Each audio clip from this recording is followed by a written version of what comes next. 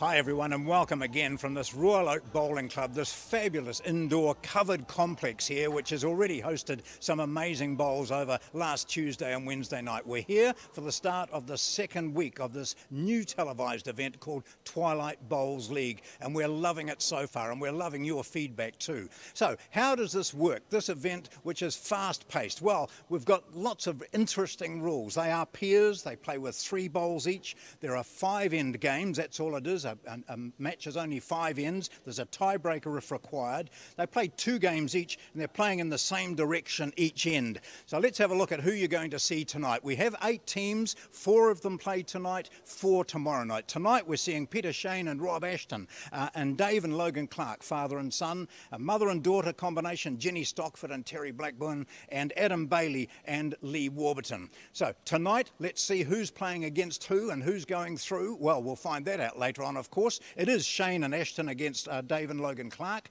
and then Stockford and Blackburn, so Jenny and Terry playing Adam and Lee. The losers will play each other and the winners play each other for the big prize tonight. Lots of fast-paced action for you coming up, and leading the commentary team is Alex Reid.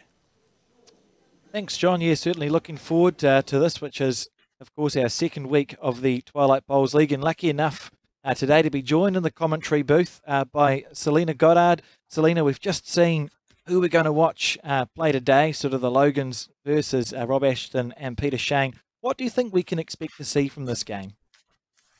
Hey Alex, it's great to be a part of the commentary in this Twilight League. I mean, it will be a good match coming up. I guess you've got Peter and Rob, who are longtime mates, and then obviously you've got a father and a son.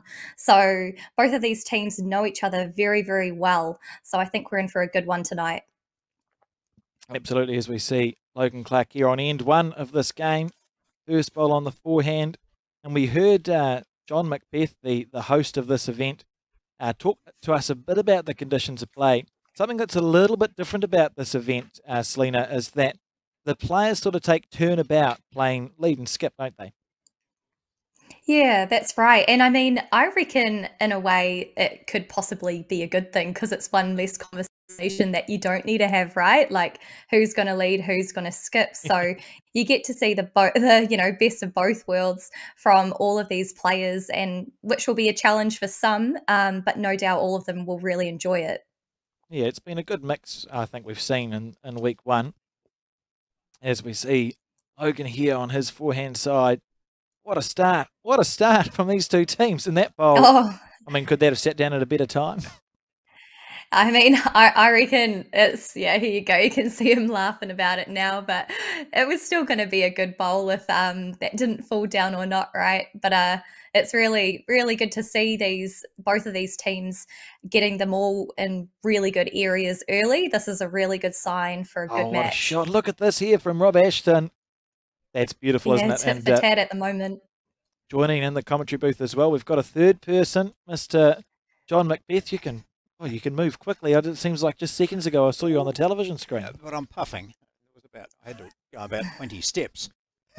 Not up steps, just steps. Oh, fair enough. Hi Selena, I was talking to Logan before, Logan and Dave, and we noticed last week that by the time it got to the end of the night, say the 4th game, it seemed as if the conditions had changed a wee bit, and maybe the drop in temperature, because we saw, even from the likes of Morris Symes, some short bowls. So they've got to be concentrating quite a bit. They've had a nice time to trial end. They've got their weight absolutely perfect at the moment, but we'll see what it's like later on when they don't have another trial end. Yeah, and funnily enough, that does happen. You might look at carpet and think it's always going to be the same, but that is the realities of what does actually happen in carpet, as well as these indoor stadiums, because you've got to be mindful that they also have lights in them as well. So sometimes it can heat up a carpet, and then come the night, it can cool down the carpet. So you do have to have your wits about you come those first bowls in a game. This is the first of our games tonight, first of 4. Dave and Logan Clark. And one thing we've been promoting, Alex, isn't it, is about that this is really an indication of what bowls is like in New Zealand, that anyone can play it. And I just love the fact that we've got people who, are sort of senior, and then others who are certainly not. You've got people with various disabilities. So it's a really good mix of people. Peter Shane is one of those who, not one of the younger players, but is still competitive against someone of your age. Oh, yeah, thank you. You're calling me young, John. That's nice. Well, comparative. Yeah, fair enough. Peter Shane, you took up bowls in the late 80s and then won the New Zealand singles as a 6th-year bowler, which is a pretty impressive start, but of course able to continue playing because bowls is a sport for everyone, and that is certainly what we see in this league. And this is... Oh, is he going to hold long enough? That's the question. So. If he gets it square, it's a beautiful bowl. Look at that. What a shot. Just that weight, isn't it, Selena? Making sure your weight is perfect. Often players will see that and say, I might have a run at it, but there's no need to all the time, is there? Yeah, I mean, it really is each of their own, because they also had the back bowls there too, but this leaves Peter in quite a tricky position, so that's why playing with that type of weight is sometimes the best option. Steering this one down.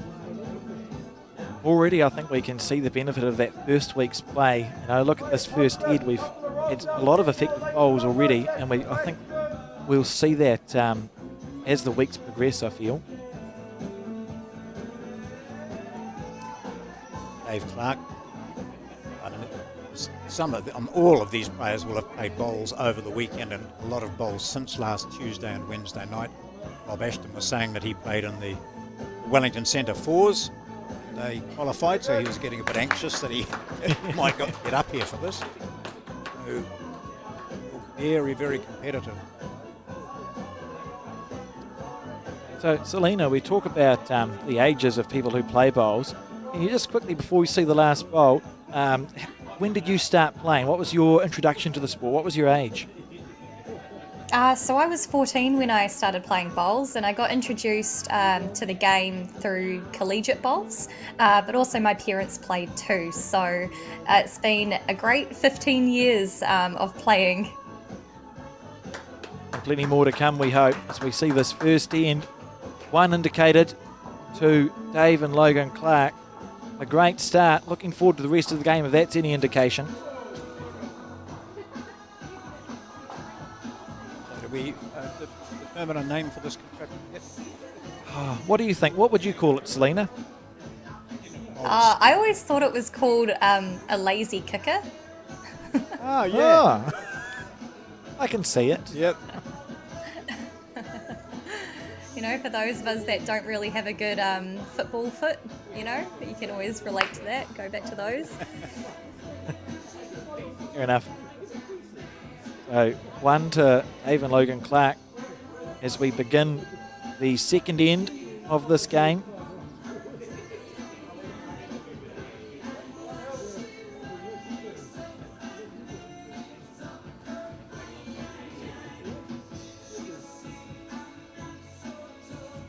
The objective, of course, is to get your ball closer to the white ball, the jack, than anyone else.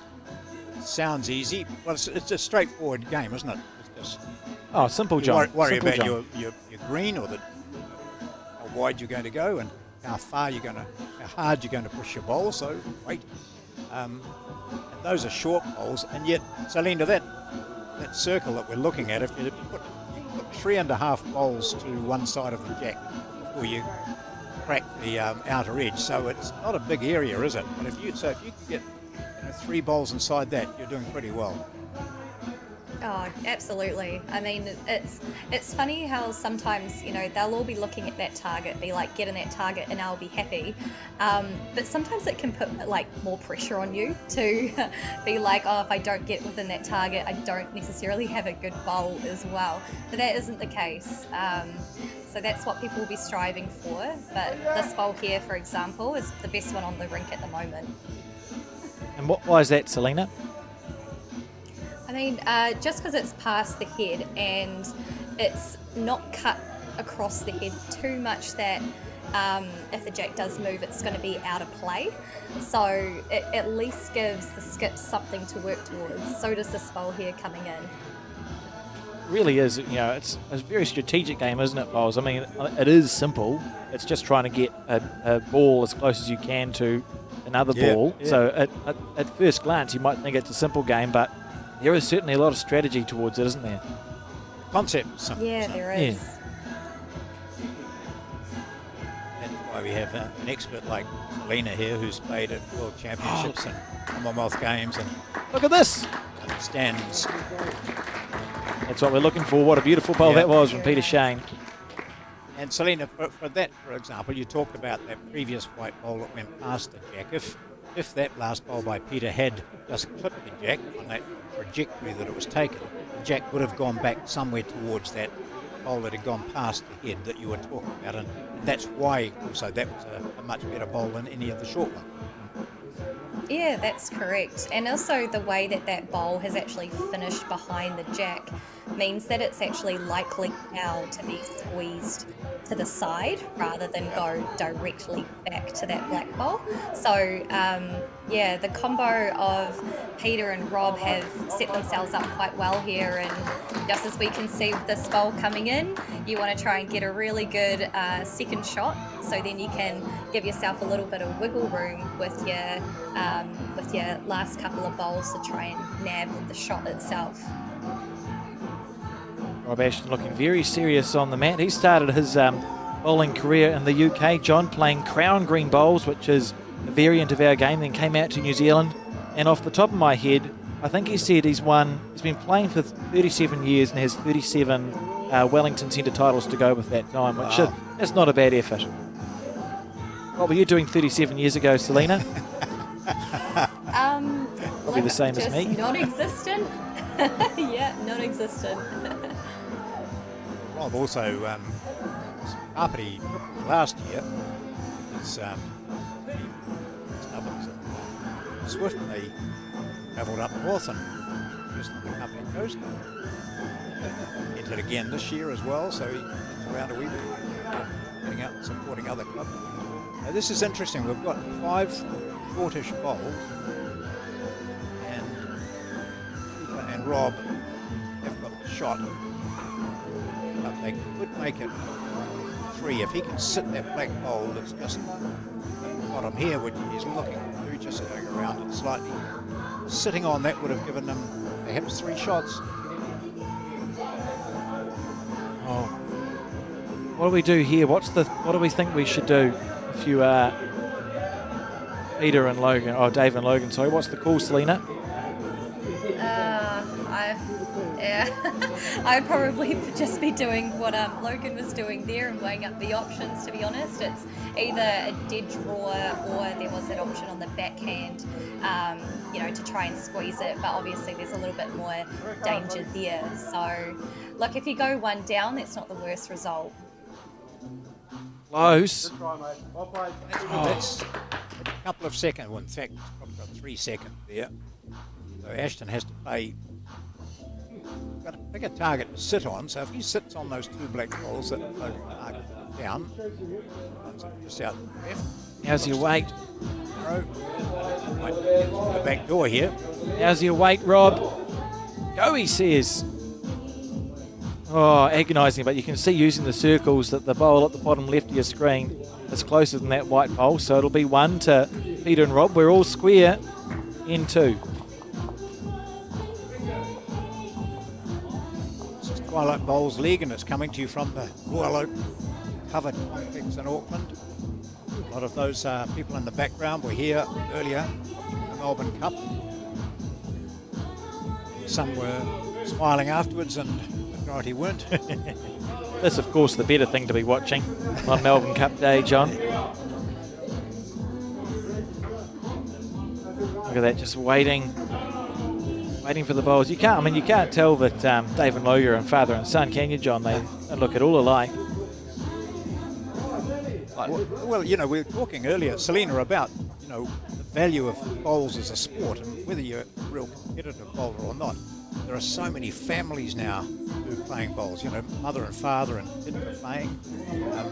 Grandparents and grandchildren are playing. So we've got here a father and son combination, and we know that Logan's grandfather is also a keen sports person, and so it's one of those few sports, I suppose, that can lock in 3 generations, all playing competitively against them. Yeah, that's it. And I think, that is what is very unique and special about bowls, is that it really is a sport for anyone. It doesn't matter what challenge you're facing. It doesn't matter what age you are. And there's also different, formats of the game that you can play to suit those that don't have, much time on their calendar as well. So to be able to spend that time with your loved ones, with your friends, doing a sport in particular, I think is just brilliant. So to see the combination of a father and son, it must be pretty special for them to be playing together an event like this. Look at that start, those first 3 bowls. I mean, they're essentially within the circle. Seen worse starts, John. Logan Clark played a bit of cricket and bowls, and his second-year bowler. I think he's already teaming up with father. And, won some titles, and he's a very impressive young bowler. New Zealand champion of champion fours. He won here at the Royal Oak Bowling Club undercover with his father earlier on this year. So I mean, it's his 3rd full season of bowls. Anything can be achieved, and of course you can play at whatever level you wish to, as we see this one here from Rob. How's the weight? This could be an absolute bomb. What a beautiful shot. And Rob Ashton starts to jog after his bowls. Yeah, invariably it's going to go somewhere close. First time he smiled tonight. That's good, Rob.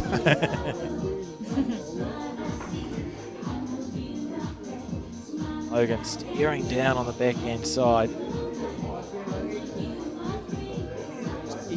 Oh, it's close. Create some damage. It's close. He's got the jack. He hasn't gone. Oh, I thought he had it better. Oh my God. I mean, could that have been any closer to getting the jack back? Not much of a gap there for him. I got nothing. And holding 3 on the crossover, John. Pete and Rob, that demonstrates how cruel is this game, right? We saw Rob play 3 good bowls. Logan put 2 past. His 3rd one, he would let that go and thought, gee, this is absolutely perfect. I've executed exactly what I pictured in my mind. And what he's achieved is very little. He was within millimetres of perfection. Saw Rob Ashton indicate to Sue that only 2 because the jack had moved slightly. Centre spot, holding 2 white balls there.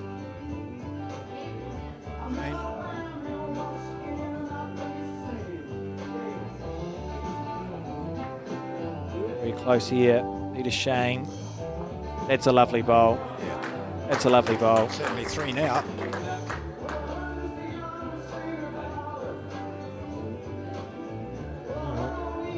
Let's wait and see what Dave opts to play. Steering down this ball, he's playing with weight, he needs it to hold. Not going to be on this occasion. Oh, well, what did that mean, Selena? Oh, he's either trying to clear something off the carpet or tell him to go to the back. He's obviously seen what David's, got in his mind. He's looking at that jack, he wants to move it back. Fair enough, that's where they all are. So, yeah, smart move on Rob brushing the floor there to indicate to get a back bowl in. Well executed too there from Peter Shane. So that's just in case that's where the jack might end up. So again, we see the strategy of the game.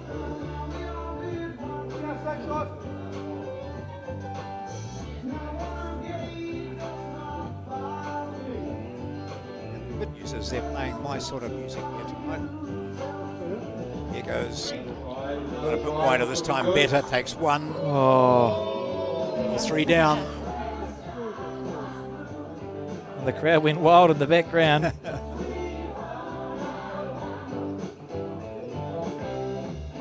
See Peter Shane. He's looking at Rob as if to say, what are you talking about? Yeah, it's ended up to be quite an interesting head. Yes. Because with the way that bowl moved out the head now, it's almost like if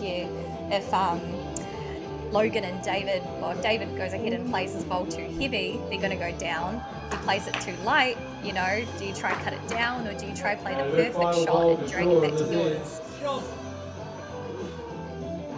So a huge moment here in this game. It's only 5 ends, remember. Massive bowl incoming from David Clark. Same weight this time. Here we go. Cut it down. Let's draw it dead. Let's sit on the shot bowl. Let's get into the circle. Needs it to go. Finishing. Needs it to go. Oh. 3 by the looks of that. That's a pretty handy end for Peter Shane and Rob Ashton as we move into the latter stages of this first game. Just 5 ends for a set. Tied up 1-1 there. 3 there to Ashton and Shane. And the lead by 4-1. So, 4-1, and Sue assists with the bowl scooping. Oh, we'll just watch a replay. It's close. He's got the jack. He hasn't gone. That's the unlucky ball there from Logan Clark. That set it all up. Oh my God, just snicking through. So, we talked, Selena, about the friends you make in bowls and the community that we have in our sport. And you said you've been around the game for a little while.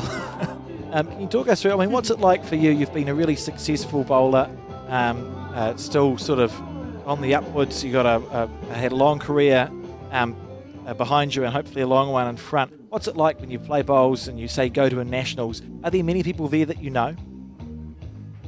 Yeah, I mean, that's the beauty of the game, I think. Like, I remember my first nationals I went to was in 2014, and gosh, I feel like I was a right spring chicken then, and I didn't really know many people, but man, you soon get to know a lot of people. That's the, you know, with the nationals, you get to play a lot of games as well, and I was hungry for it, so I was playing fours, pairs, singles, as much as I could possible, and yeah, throughout the years, you get the opportunity to play with different teammates, you play against different opposition, and it's just a really remarkable, it's really given me a lot of memories in that sense, where I've made lifelong friends, had moments that I know I'll treasure, when I get a wee bit older, and yeah, the heights that I've kind of gone through from when I think back to 2014, that's sort of where everything really kicked off for me personally.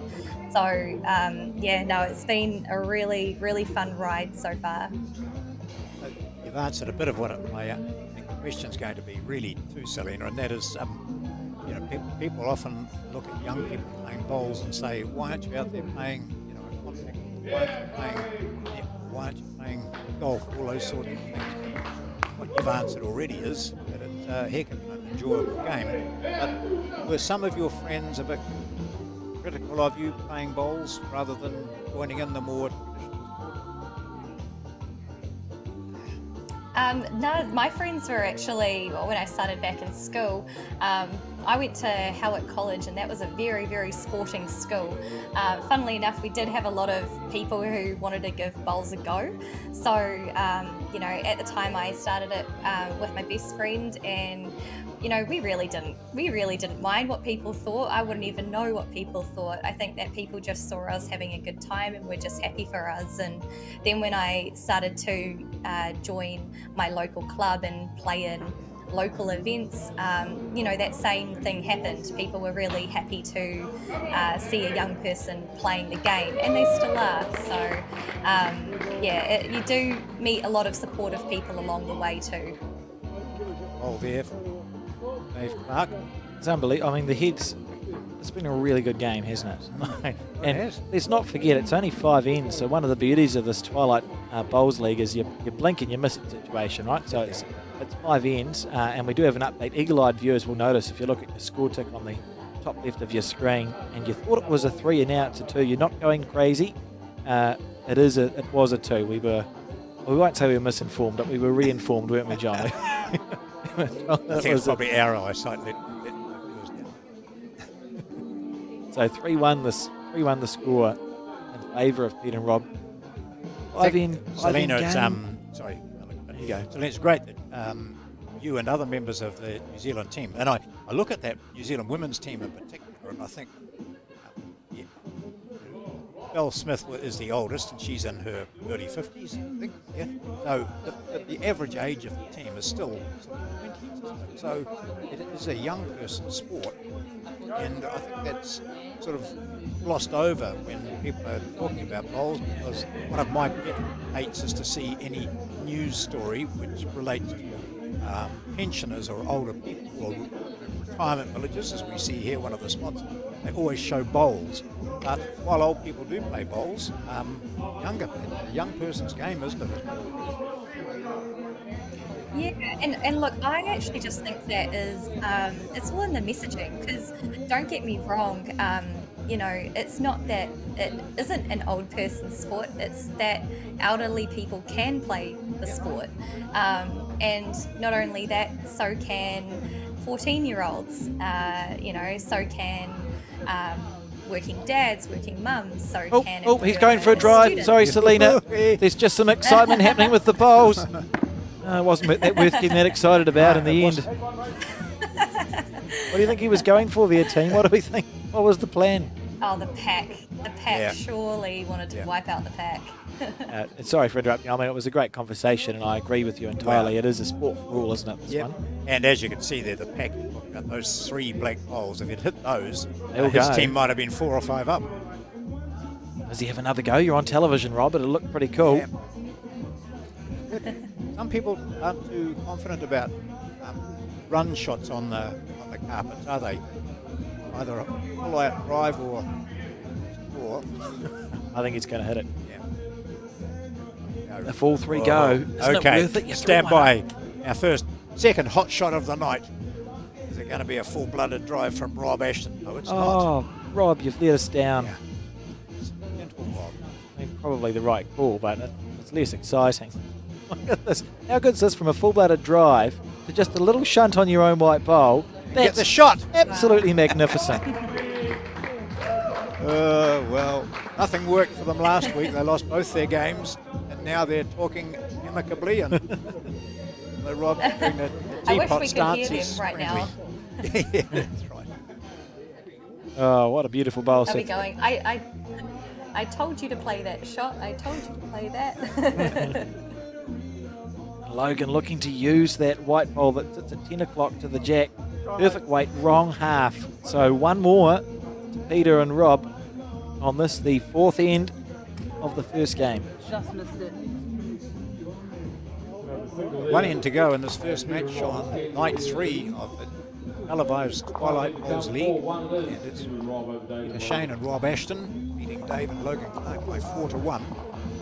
Peter Shane showing his football skills there. He said he actually started off not unlike Rob in his younger days. Peter Shane played football, and then he said, and my friends and I were getting a little bit over the aches and pains of the football. We wandered down to the Henderson Bowling Club where he spent his first 5 years.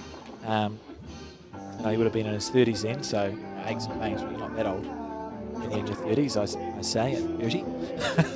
Bring it on. Anyway, he joined the Henderson Bowling Club, John, and that's where he spent his first 5 years until he was invited to play at Carlton, Cornwall. And in that year, his 6th one, Peter Shane, as we mentioned at the top of the show, won the New Zealand singles, which he rates as one of his fine moments. And I believe that you were commentating that match, John. Yes, I only have hazy memories of that, but Peter remembers it blow by blow. Been an outstanding player and quite a character too when it was a Dally, the likes of Ankovic and Otter and all those, some great names of bowls. Legendary names. Yeah. This boy come back in.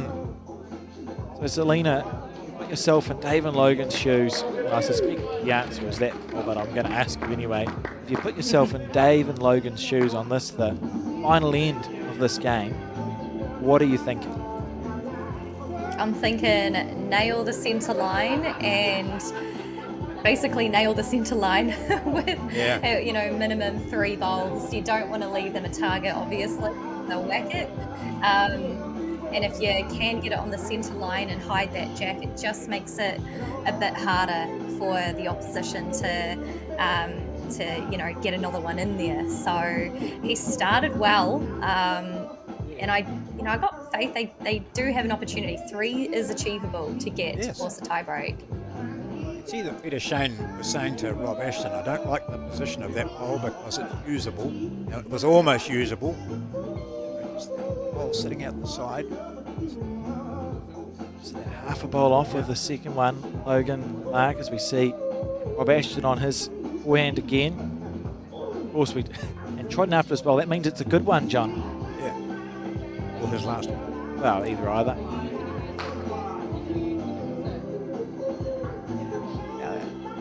That one. He wasn't concerned that he got into that line. You can see that that's Clark's shot, and now he's forced him onto the other hand. We can hear. So having to switch. When we say other hand, we don't mean you're placing the bowl on your left hand and hoofing it up the rink, John. We just mean they're changing the side of the rink they're playing the bowl on, don't we? All day. Look at that. What a game this has been for you. Our first one of week 2 of this Twilight Bowls League.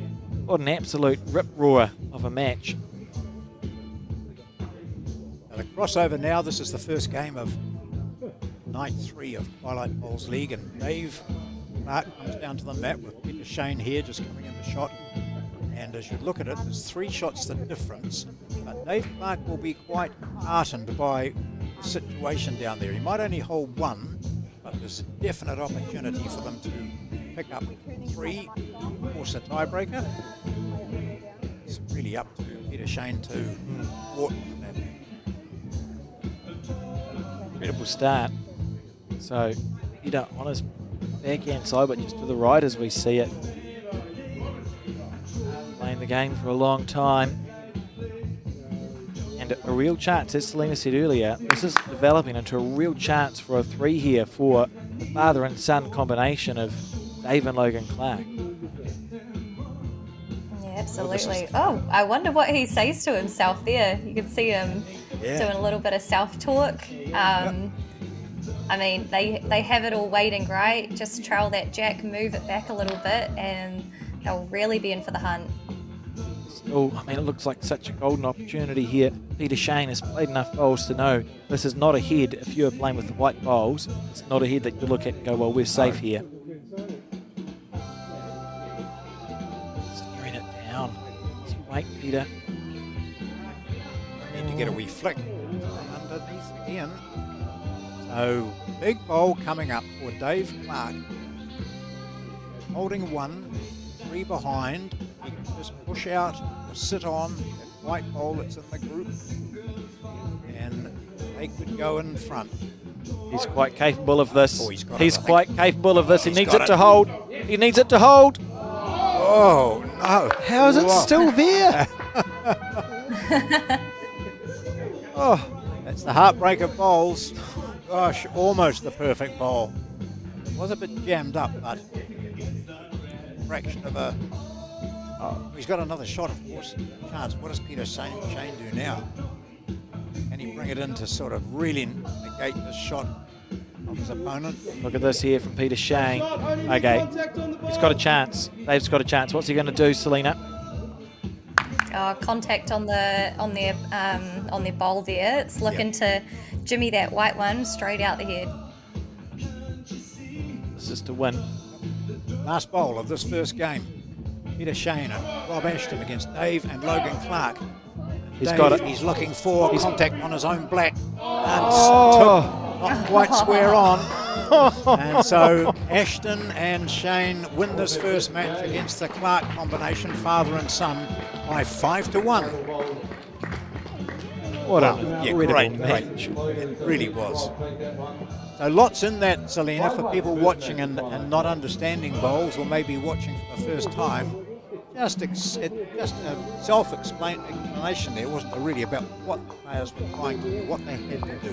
It's not just about, I want to get my bowl closest to the jack. It's about, if the other is closer, how do you nudge that one away and become closer? So, and here we go. Lots to think. Our congratulations to Peter Shane and Rob Ashton. into the grand final later on tonight. Well done. What a battle that was. I think both teams played exceptional bowls, and Peter and Rob will be feeling pretty good after that. Made up for last week. And so with that, John, and to those who are watching, thank you for tuning in. We'll be back soon, so don't go too far.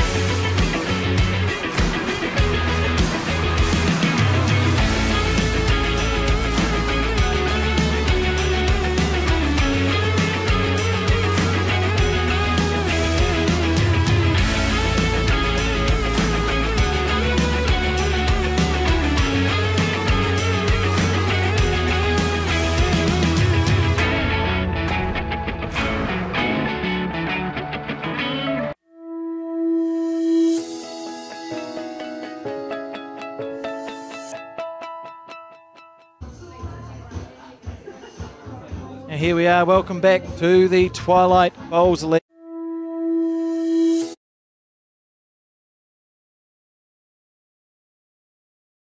top half, Peter Shane and Rob Ashton through to the major final. Now we're going to watch mother and daughter combination, Terry Blackburn and Jenny Stockford taking on Adam Bailey and Lee Warburton, who are great friends and wonderful young bowlers, aren't they, John? Yeah. So we have this combination. Jenny's still smiling from her victory last week. She and Terry won the second round. This is the third round of this Twilight League being played here at Royal Oak in Auckland. This is Adam Bailey. As we promote bowls, Adam has a cochlear implant. He's profoundly deaf, has a signer in the background, sitting right behind Lee Warburton, his partner. And this is Jenny, who is the mother of Terry down the other end. Mm. Yeah, so we've got mother and daughter and a couple of good mates who go to the same hairdresser, obviously. I said to Lee, "Oh, you've got the same haircut." And he said, "No, not even close." I said, "Oh, they look the same." Me. So, Selena, I haven't read this anywhere. It must be just somewhere in the back of my brain. Terry and yourself, did you start, you were in the similar circles when you started playing bowls, is that right? As we just watch this bowl come in. Yeah. Jenny, just asking Jenny about her daughter, Terry, who has rheumatoid arthritis and has had, she said, I think, first diagnosed when she was about 7 months old, so it's been a lifetime for her. And again, we talk about bowls where some youngsters aren't interested or up to playing contact sport or really active athletic sports, and yet, as we see here with Adam Bailey, a major handicap, but he just loves it. He's played some sensational bowls. So we've got two people down this end, or one down this end and one down the other, who have their own physical impairments. Sometimes you just don't notice them, but there's an avenue for everyone to play. And just, sorry, we got distracted. Selena, Terry, how well do you know her? We got carried away. No, I mean, no doubt. Got to introduce these players, right, and learn all their stories. It's here you go. They're even getting started as well, shaking hands for the game. So Terry and I actually played bowls together when we were juniors, and we were both in Auckland. So goodness, this is going back Oh, wow. I would say maybe like, oh, definitely over 10 years ago. And I just remember singing Terry being like, oh my goodness, someone my age playing bowls. So it's really special to, yeah, see her out there. But not only that, had gone to a world championship together. So I'm really, really pleased for her. Yeah, which I mean, I think that's really cool because Terry, of course, her story is that she essentially didn't play outdoor bowls for 7 or 8 years. She's a young mum and she was busy with the kids and also playing indoor bowls for New Zealand on the little 24-foot long mats. And she's recently taken outdoor up in the last couple of years as a para bowler for which she's eligible and of course went to the World Championships. What's it like to be part of that sort of team, Slender? So from the outside looking in, you guys have such a cool culture.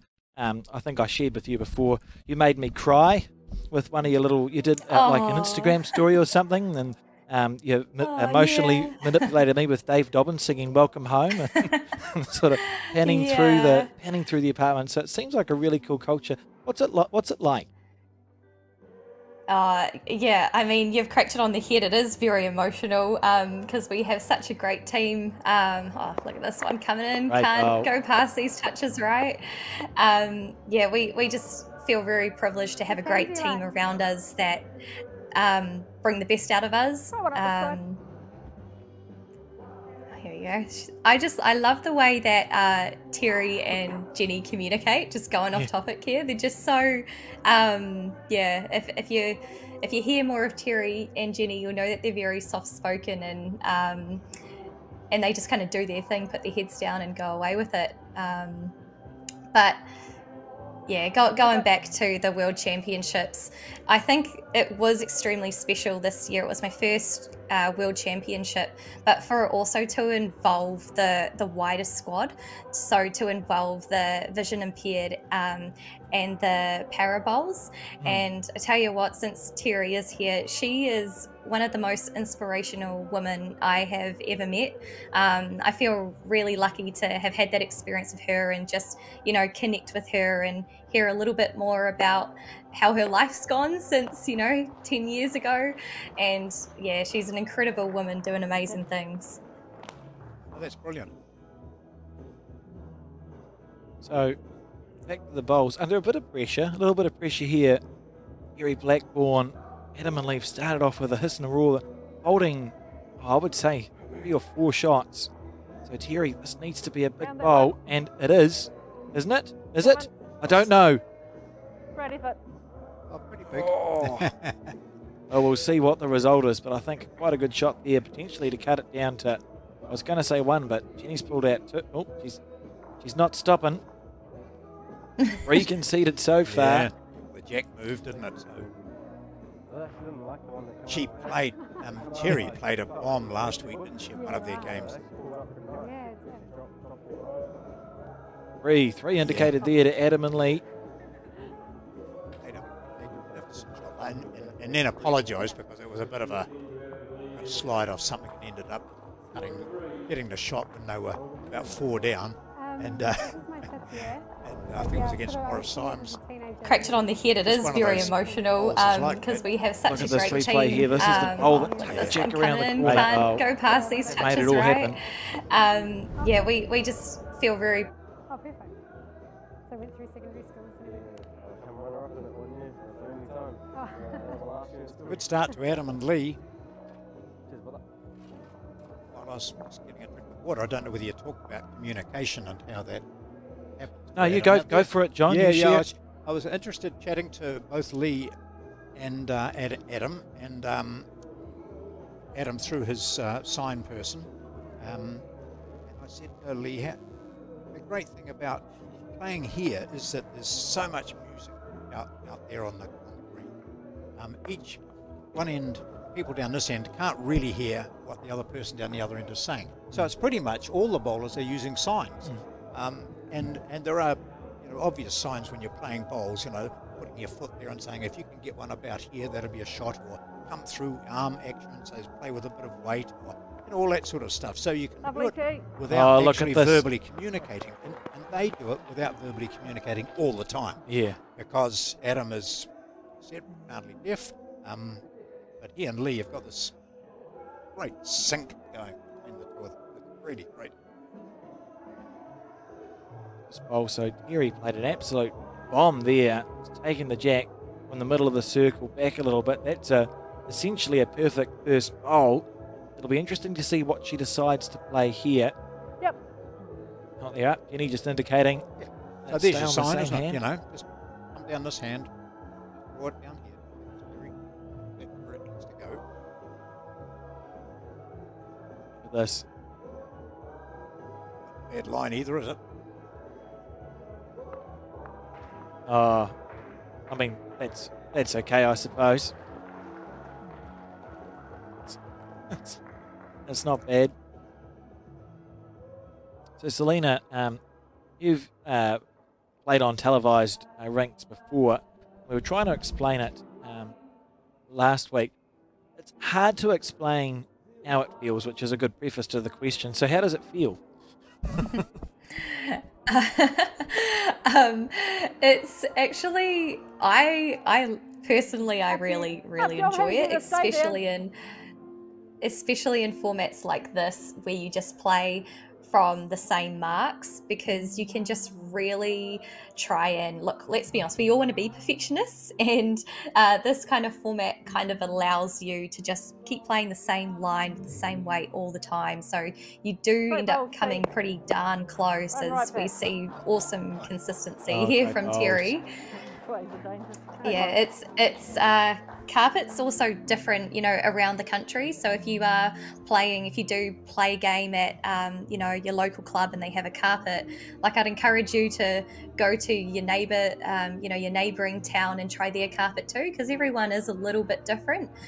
Some are slower, some are quicker, some are wider, some are narrower. And so you do also have that variety in how your bowl reacts on a carpet as you would on the grass as well.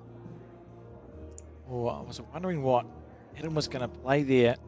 Yeah, he's gone for just, we called it like a probing shot. Like this is not a full hit. Oh, one bowl wide. Going to be interesting, isn't it, for the next three bowls? What do you do now? Here, and if you passed it, that's good too.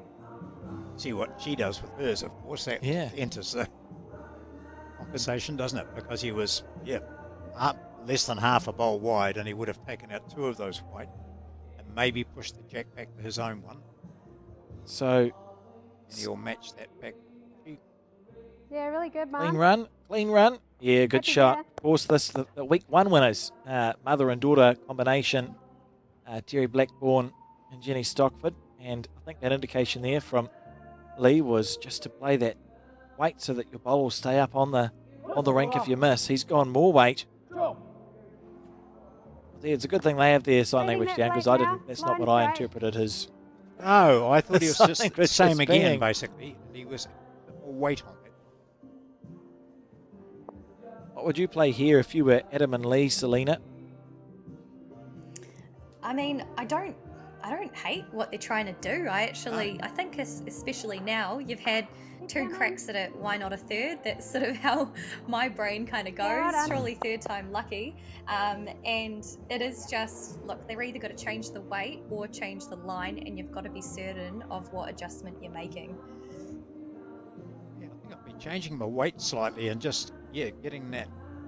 Any movement off that centre bowl that he's pointing to will move the jack back maybe to their own one. You never know. So I could just ask, do you want to hit it hard or softly there? And a decision for, Adam to make at the end of the day, isn't it? Yep. As long as you know what you're doing. Here we go. Close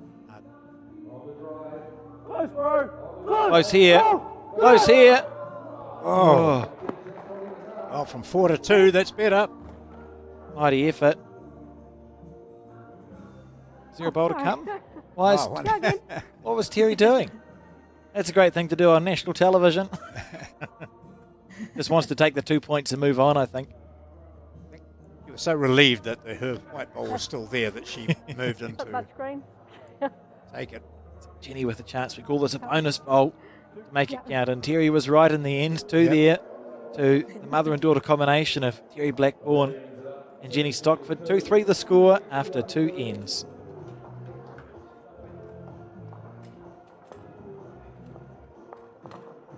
There's been quite an audience here tonight at the Royal Oak Bowls Club. I can grab the jack. Outdoors, some of them, and see quite a few inside as well. They've got a good restaurant and bar area in here, pokies, and there's another green, which part of the green indoors is being used for practice and for Twilight bowls. Well, from 4 to 2, that's better. That shot was pretty good from Adam. Bit like a blink and you miss it situation for sure. Yeah, wonderful to have a crowd down here. And if you are in the Auckland region, I would encourage you to come down to Royal Oak Bowls Tuesday and Wednesday nights from 6:30. They've got a fantastic menu, and of course the bowls is good too, John. Yeah. But I did have a delicious burger for dinner before play started today, so I would recommend just coming down, check it out. You may as well watch it live. You can get a front row seat. What more could you ask for on a Tuesday or Wednesday night? Well, Celine and I went for the salad. Yeah, lovely start. Well done. Good choice. Good choice. A good first bowl there. I didn't add the word pasta.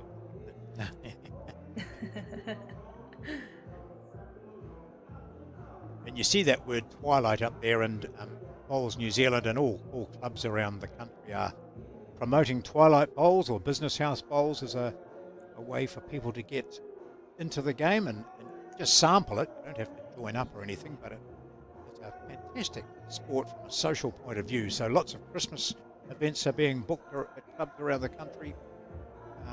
Whip down to any club pretty much, give them a call and say, we'd like to hold our Christmas function at your club. Can we play bowls and then maybe have a barbecue afterwards and use your bar facilities? And the answer is invariably, of course you can. And you get a bit booked. That's the plan. This is N3 of our second match. Third round of Twilight Bowls League, Auckland. Terry and Jenny picked up a 2 on that last. Adam and Lee leading by 3 to 2.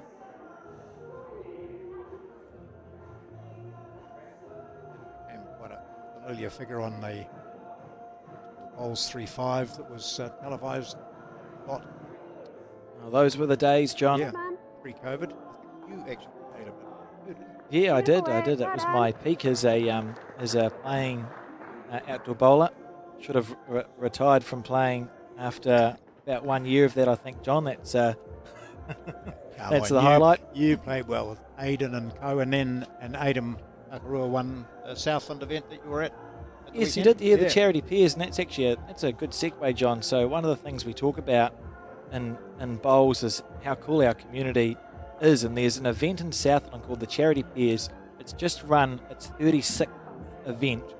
They've given away hundreds of thousands of dollars to charity over the years. This year they handed out $20,000 to charities that apply for funding, and the whole weekend is built around creating money to go in the kitty for the next year to hand out to the charities, and the charities get an opportunity to stand up on the final day and explain what they're going to do with the funds. And goodness, it's special, and to me it's just, it speaks to the bowling community, doesn't it? We saw it over COVID. We saw it after the recent weather challenges that we've had in Auckland and Gisborne and the Hawke's Bay. Just the way people rally around the clubs and the individuals, and you're part of that community. You're quite proud to say it. Oh, I know I am. You're proud to be a part of this community that we have. I think too, and you would have seen it, Selena. But we had Foxton Beach Bowling Club that was destroyed. Buildings were destroyed, and gosh, a number of fundraising events that were organised around that lower part of the North Island. Lisa White was involved in organising a major one out of the Nine Eye Bowling Club, and it's not just about bowls, it's the right community. Lots of the clubs are the heart of the community. Yeah, it really is. And I think it's definitely seen when that opportunity does come around to do some fundraising or, get behind a good cause. Because the reality is people love playing bowls. And I think the surprising thing is that you can go to a bowling club, kind of pull out your your pocket change, and you can have a whole day at a bowling green. So it's also really cost efficient as well for sport to get into. Oh! Oh. Sorry, Selena. There was just some excitement. He somehow managed to peel off his only bowl. I don't know how that happened.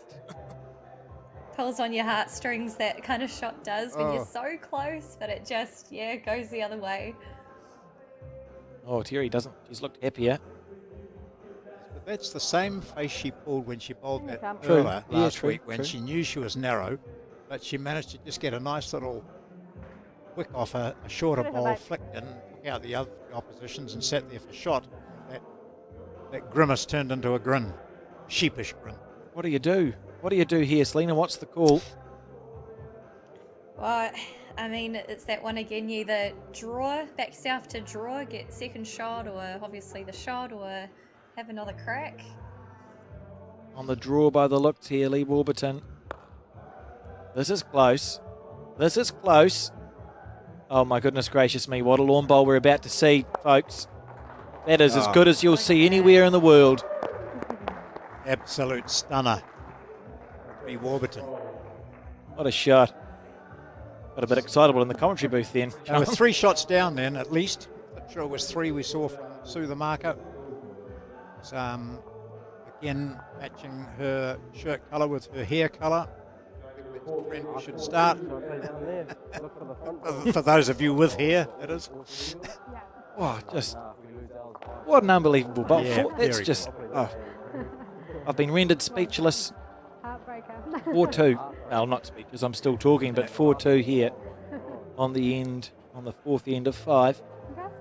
So, Selena, we usually play lawn bowls at a more competitive level. We might have a 15 or an 18 end game. What do you think it feels like for these players to be playing just 5 ends? Honestly, it goes in a blink of an eye. I think, you know, as you mentioned, they'll very much be used to playing 18 ends.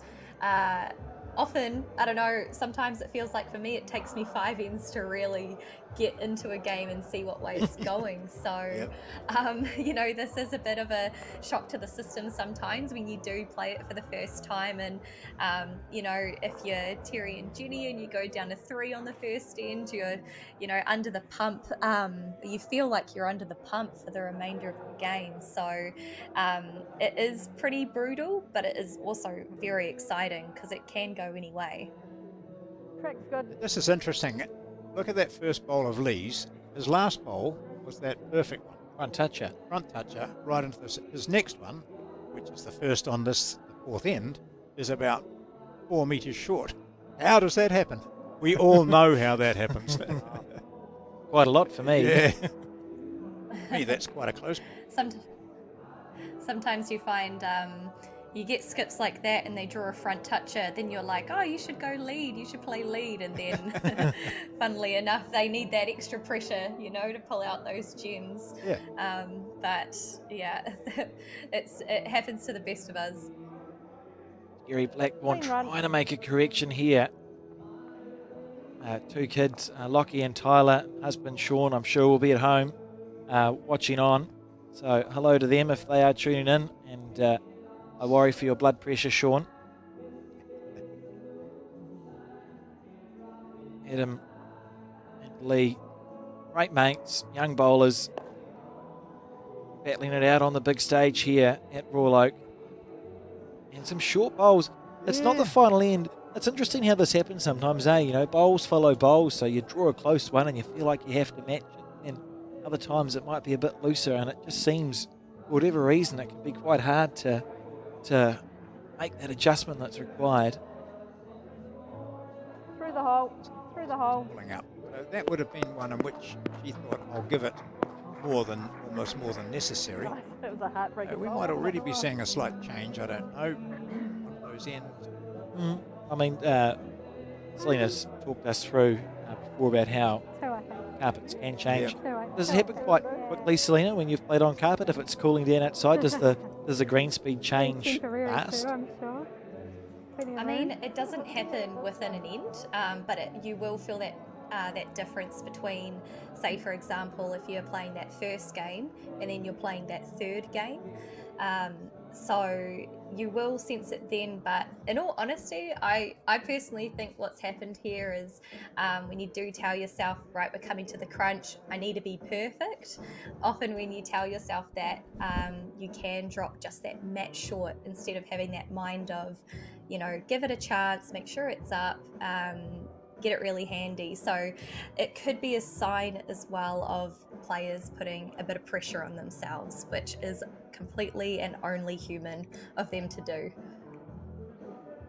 It's fair. It's fair.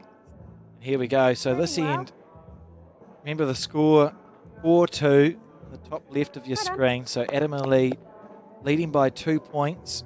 It's a 5-end game. Again, developing as a big end for Terry and Jenny. Even if they score 1 point here, Selena, it's probably good fishing, isn't it? Oh, absolutely. You'd be happy with one. You know, I think either side of the scoreboard here, either team would be pretty stoked coming away with a 1, and it is for the taking still, so... Pressure building here. Oh, I don't even know. I don't even know what I think is going to happen here, Selena. It just feels like we're going to go to the last end with it being 4-all or 5-4 to Terry and Jenny with all to play for. Yeah, you know, I just think they've thought to themselves, what do the people want? And Yeah. they're going to give that. Stress and anxiety is what the people want when you're watching a game of Yeah. bowls. You want it to be as close as possible. And again, I mean, Lee's going to indicate to us shortly what the situation is, but I suspect Terry and Jenny are holding 2 or 3 shots. Oh, well, not 5. I think he was just saying, wait a second. We'll see what sort of pressure Adam Bailey's under. Of course, a world champion in his own right, selected to play for New Zealand. I think, where did they go? Was it South Africa?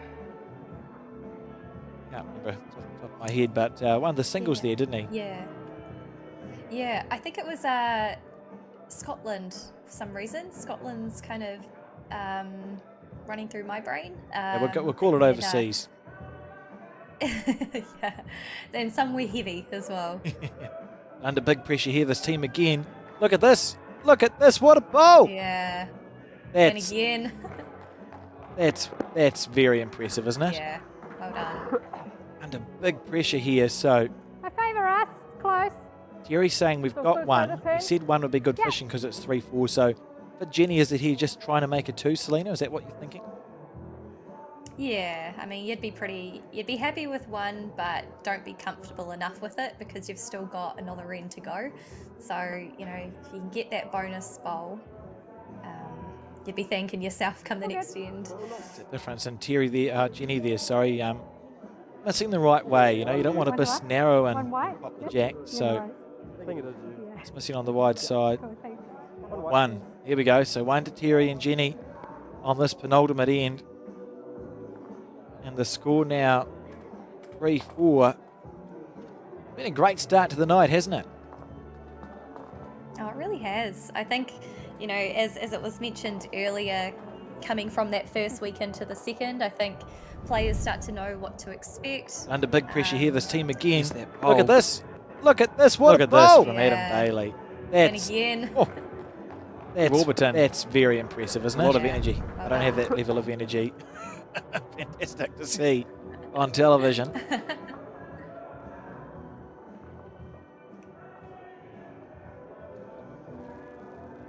We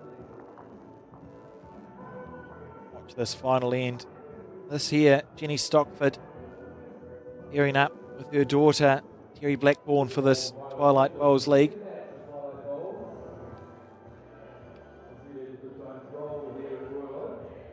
Very good.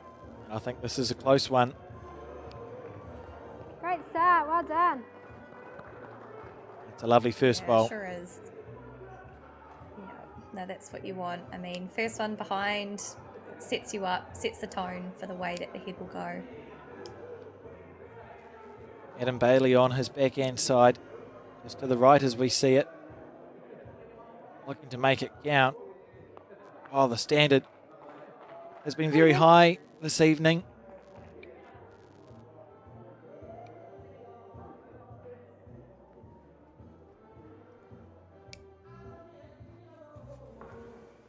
we haven't seen an extra end yet, I don't think, Selena, in the Twilight Bowls League. Hey, maybe I mean, it's now the time. touching wood or you're not? Because, yeah, I was going to say, hopefully you're not jinxing it, or you are. Oh, I I'm mean, just saying. it doesn't get any more exciting than a tie break. No, I mean, the people want it, don't they? Yeah. I mean, maybe Adam and Lee probably don't want it being up. True. Terry and Jenny probably don't want it either, but would Folks be at happy home. with it at this stage. Great stuff. And game just continuing to plod along. So you may have noticed if you're at home that the players are playing in one direction to a fixed length to keep things as simple and as quick moving as possible. And from a player's point of view, Selena, it does make it a little bit easier, doesn't it? Because in a normal game, you'd be playing there and back, so it's forehands that you have to learn. There's varied jack lengths as well, whereas this we go, look, there's a fixed spots. You play the ball in one direction, and hopefully it goes where you're pointing it. Yeah, that's correct. I mean, you only really need to learn, well, 2 lines to the jack, which does help a lot. And you can often find, like all carpets, one's potentially wider than the other. And so you can just learn those things a lot quicker, which allows you to get more in the area. And that's why, you know, I love these wee close-ups that we get of the bowlers after they've released the bowl, because they will know if it's a good one or not, because they'll get very familiar with the green. And it doesn't matter, I tell you, if you're just if you play bowls at a Twilight level, or if you go to a work do and have a go, if you play at the top level, it's almost impossible to control your reaction as you're watching the bowl go down the rink. Some people do a better job than others, but it's nearly impossible. Yeah, I tell you what, that's where you can learn a lot about your friends or your colleagues, is bring them out into a competitive environment that is very frustrating but also very enjoyable when it's your first time. Sit and watch. It can be, there's some pretty impressive moves I've seen on bowls greens. And Lee Warburton here on his forehand side. It looks like it's close. If it just holds around that front one, that's a beautiful bowl. Goodness, that's a beautiful bowl, isn't it? Yeah, wow. Nice and positive. Yeah, definitely sets up a nice shot for our world champion Skip. Won't have any doubt in her mind. Look at that focus there. Terry Blackburn, she's oh, okay, well, that was a good time for me to be talking.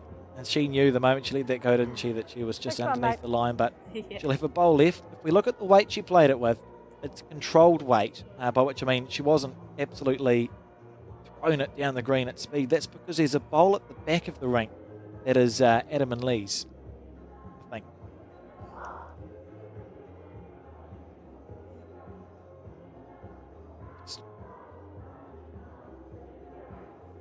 Wait on that last bowl of Terry. So Lee opting to try and stack it up. He's locked it in. What a shot. Trying to make something happen, have a go. Well, what do you do here, Selena? Yeah, I mean, connection. You got to be positive. It is hard. It is going to be hard to play that perfect weight, but there is options there if she does have good weight with it. She's half a chance. Oh, she needs a good result. It's just turning all the way, and there we see it. That's going to be. It's going to be that.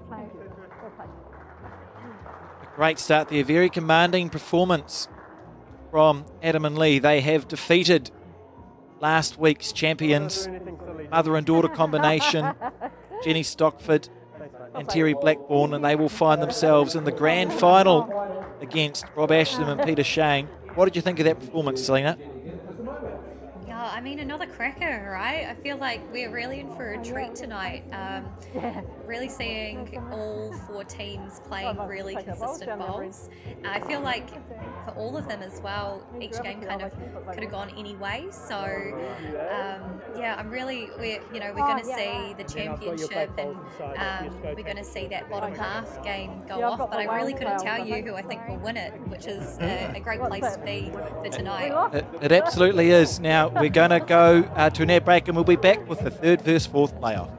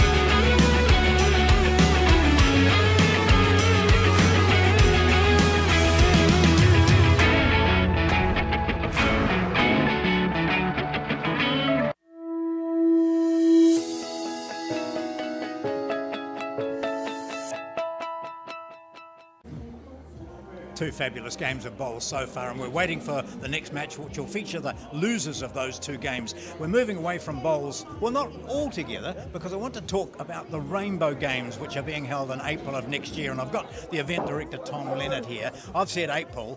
What dates in April, and what sort of sports are involved? Yeah, sure. So the Rainbow Games takes place from Thursday the 4th of April until Monday the 8th of April. So there's 5 days. Like a traditional multi-sport event, we have an opening ceremony followed by 4 days of sport. So there's 1 day of registration and opening, and then you have 4 days of sports, and we've got 15. So we've got badminton, roller derby, basketball, volleyball, bowls, obviously, lawn bowls, bowls 3-5, diving, swimming, netball, 10-pin bowling, tennis, rugby, touch, softball and football. And across all of those sports we have social and competitive divisions, so there's something for everyone. Oh, absolutely, and we're so delighted that bowls is involved in this, and you've been watching this very closely. What the age groups, and how do people enter the Rainbow Games, and do they, is it for everyone? Yeah, so I mean, the focus is on the rainbow communities and their allies, but yeah, you don't have to be part of the rainbow community to participate. Allies are of course welcome. The only condition is over 18s. Okay. Yep. Well, we do know too that college pupils can get involved, and this will be every 2 years. So the Rainbow Games, if you'd like to enter, rainbowgames.co.nz. It'll be well worth it. What a great event that's going to be. Thank you very much, Tom, and bowls will be there. Thank you. Stuff. So here we see the brackets through. We've got a major final. Peter Shane and Robbie Ashton are going to take on Adam Bailey and Lee Warburton. And very shortly we're going to see this game. Dave and Logan Clark playing Terry Blackburn and Jenny Stockford. Two combinations where there's a mother and a daughter, a father and a son. Certainly looking forward to it. Selena, what do you think's going to happen? Who's going to be the winner? I want you to pick one, maybe. Oh, really? Oh, you don't have to. You don't have to. Look, I'm straight in the middle. I really can't. Going back to what we saw in that last game, there was just really solid bowls. And I mean, if I do put it this way, Terry and Jenny have been in a position playing that second game and, having tasted that win last week. So, they're all going for sort of personal bragging rights through the major event. But look, we'll see how we go. It's interesting, isn't it? It's like the what's the word? There must be a short word for like parents and children, but I don't know what it is. So it's sort of the battle, the family battle. There we go. That's what this is, isn't it? Dave and Logan playing Jenny and Terry. Very much a family affair.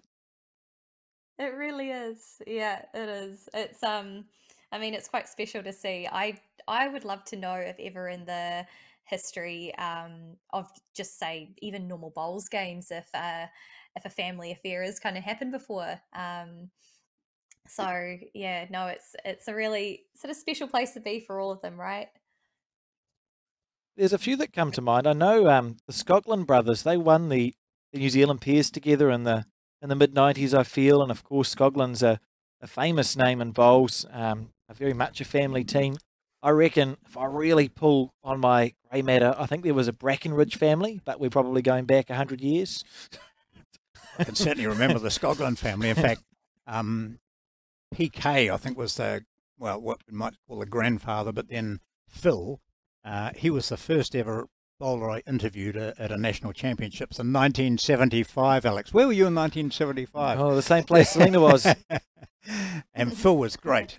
Just loved that. He was a superstar. He, followed, I suppose, when you think about it, by Ballas, and now by, the likes of McIlroy and of course, Sheldon, who have got now. But, Scotland was just unusual because he was a young person. And in those days, young people didn't play bowls at all.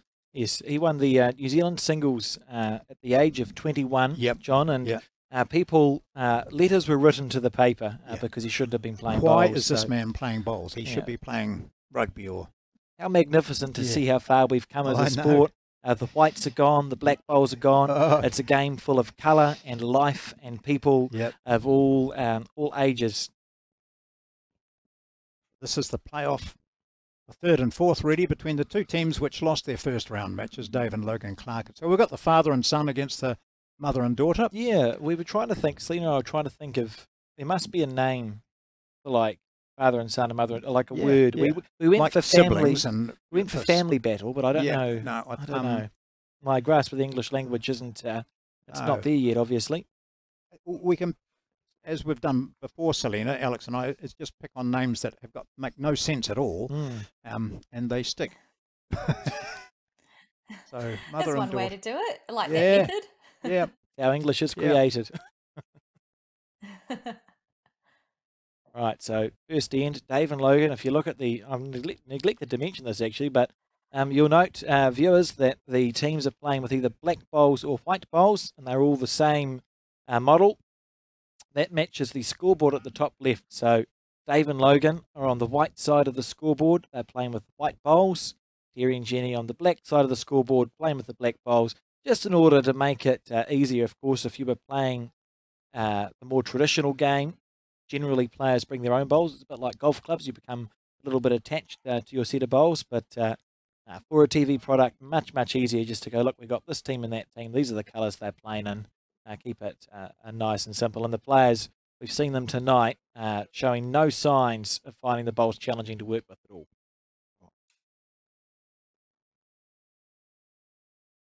I did say to Logan as I was coming back here after that chat with Tom, you look better in grey anyway. I'm sure he appreciated that, John. Yeah. I think he smiled. Just underneath the line there for Logan. And really nice to see that a conversation with Tom. He's the director of the Rainbow Games. A new initiative for Tamaki Makaurau, Auckland, from the 4th to the 8th of April next year. They're on social media and they're also at rainbowgames.co.nz. Have done a really good job of explaining what it's all about. I would encourage anyone listening to check it out. As Tom said, it's for everyone. Yeah, it's not. You don't have to be a member of the rainbow community at all. And it's I think what they're looking at too is we didn't quite get a chance to talk about that, but it's going to be every 2 years, and their aspiration really is that they'll have the World Gay Games in New Zealand, in the near future. So they're not stopping at just the first Rainbow Games. And as he mentioned, 15 sports, all sorts of sports, but including bowls, and that's why he and his offsider Nikki were sitting there. Yeah, she gave up her seat for me, which was that was nice of Nikki. Doesn't sound like Nikki. We're really looking forward to and really pleased and proud to have Lawn Bowls as a part of the Rainbow Games upcoming. Bowls New Zealand's going to be putting a team in, and we look forward to seeing entries through to that to be held in April. And we saw there, what did we see there, John? 1 to the father and son combination of Dave and Logan Clark on this, the first end of the 3rd and 4th playoff.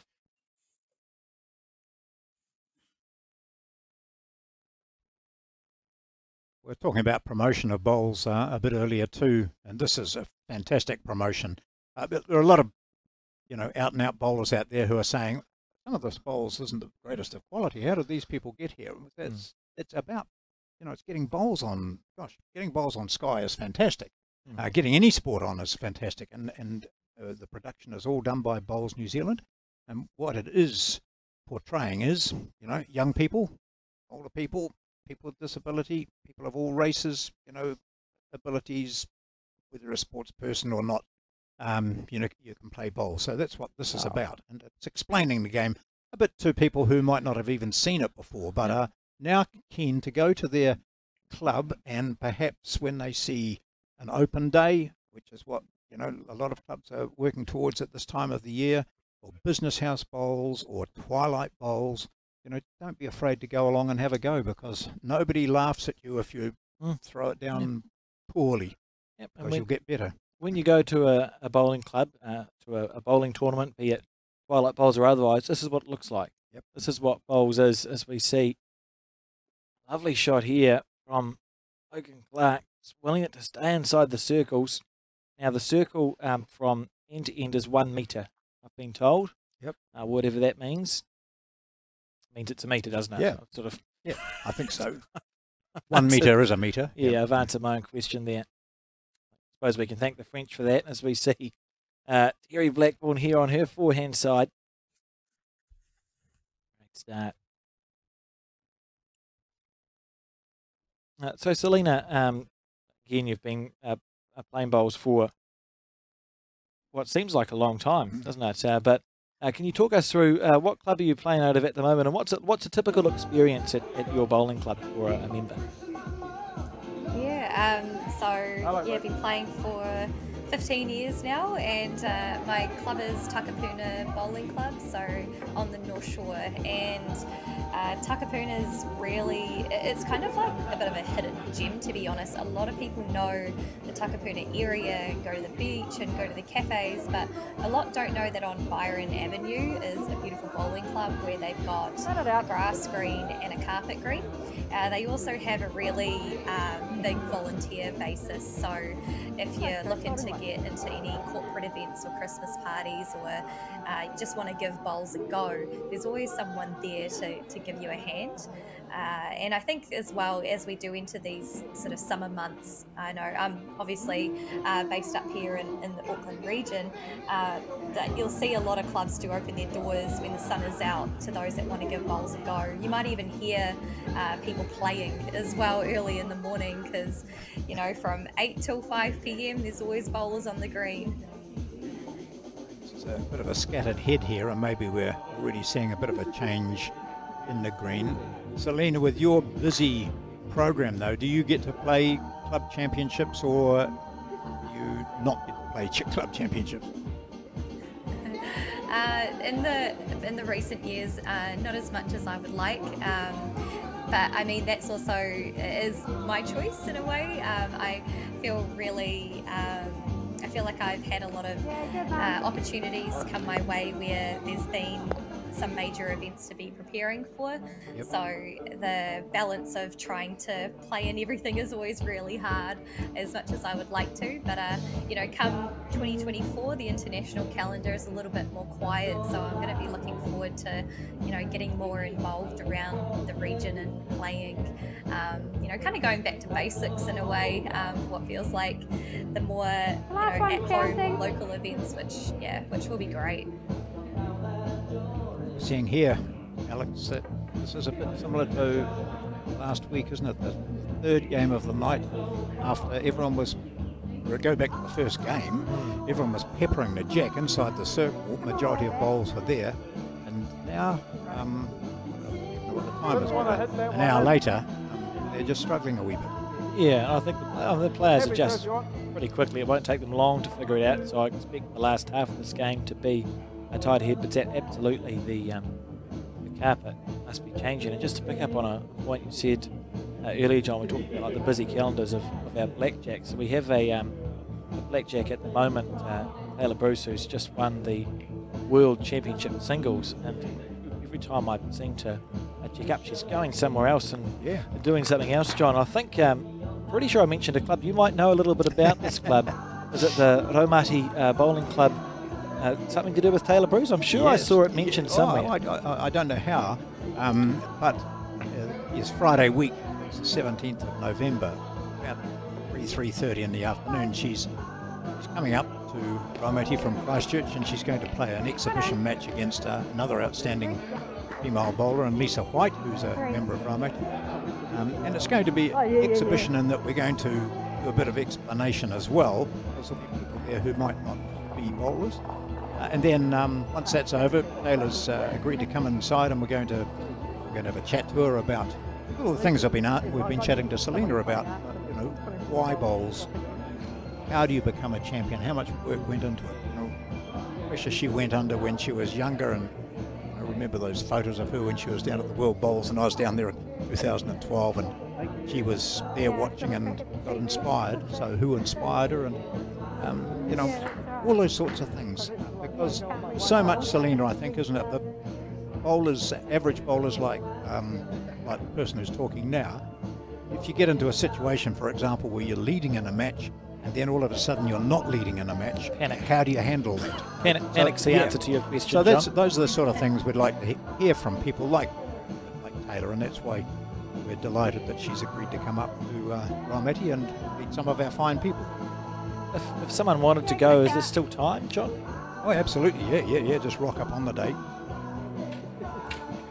I think as well, what's also really great about those Q&A chats is, you know, even if you're not a bowler, or if you are actually just thinking of playing bowls, it's really inspiring to hear from a world champion around those conversations of how do you handle pressure, what do you do, because in all honesty, a lot of sports are very, very similar. We actually all do the same thing, we just play a different sport, and it's not only in sport, it's also in your careers too. So yeah, if you are around in that area, I would highly recommend you go to the club and listen in, because there's no doubt that you'll learn something new.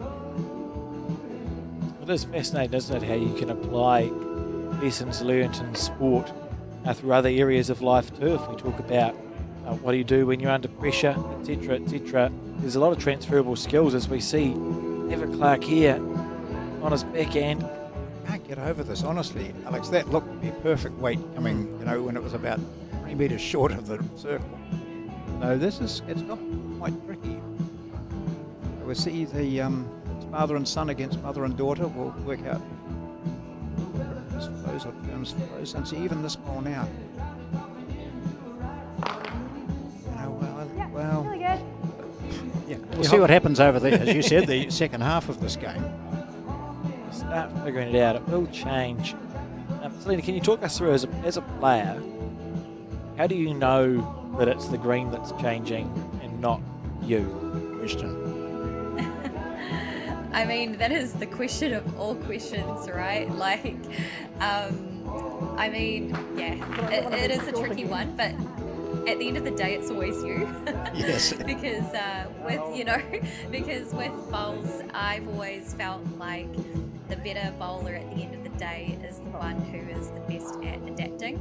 Because the reality is that the conditions do change, and you've got to find a way to keep focused, but also be mindful that circumstances will change on you. So you've got to be flexible and adaptable, to play the shot that you want to play. So I guess that's kind of the answer. It kind of is always you, as much as you probably don't want to hear it. Yeah, I think so. I'll just continue to blame the greens for my bad bowls as we see Terry Blackburn. Great shot. Drawn the absolute shot there, but still room, John. Yep. I just love the shots. Aces now. You know, this is a stressful time. You need to nail it. And he thinks, oh, I've gone a bit too wide here. Should turn. Oh, David Clark saying, look, your weight's okay. So he's talking about the speed that the bowl has been rolled at when he says your weight's real good, John. He's talking about sort of how far up the green it's been hoofed, in want of a more technical term. Very pretty much spot on with the last. Needed to add maybe half a metre. And that's easy to say. Yeah, good effort, mate. That's in a good spot there. Very good spot. 1-3. Play this third end of 5. You do want, you're looking at the players' apparel and think, oh, that logo looks pretty cool. I'd like to get some stuff with that logo on it as we see Logan. What a great shot for one. You can find apparel on the Bowls New Zealand website, John. Just go to bowlsnewzealand.co.nz. We have an online shop. It's got bowls and bowls bags and hats and shirts, etc., etc. Plenty of stuff there to go and have a look at if you want to really be in fashion this bowling season. He says. The logo there, it's really impressive, isn't it? The fern, the bowl and the jack. Could go ugly. Sort of an update. Yeah. Like a brand logo for Bowls New Zealand there, as we see. Blackmore very focused. No, I think you're right, Selena. You said she did that after she plays every bowl. I think that's just her reaction. I think even if she's missing by an inch, she knows it's wrong. Yep, in the circle count, mate. Yeah, she's played so many bowls, she'll know the minute it leaves her hand. Logan gearing after this one. Quite likes it, I think. Needs it to turn. It should turn from there if his speed is right. Yeah. Get back. Need a curling broom. Oh, wouldn't come for you, mate. I like one Would white. be. Yep, one white. One white. Dave and Logan get on the board. 3-1 they are with 2 ends to play in this battle for 3rd and 4th on night 3 of the Bowls Twilight League. Here's a replay of that bowl of Logan Clark's. He couldn't have been, he didn't waste his green there, did he? You know, just enough just to sneak around that short bowl. You see, we haven't spoken so much this week about the bowl's retrieving device, John.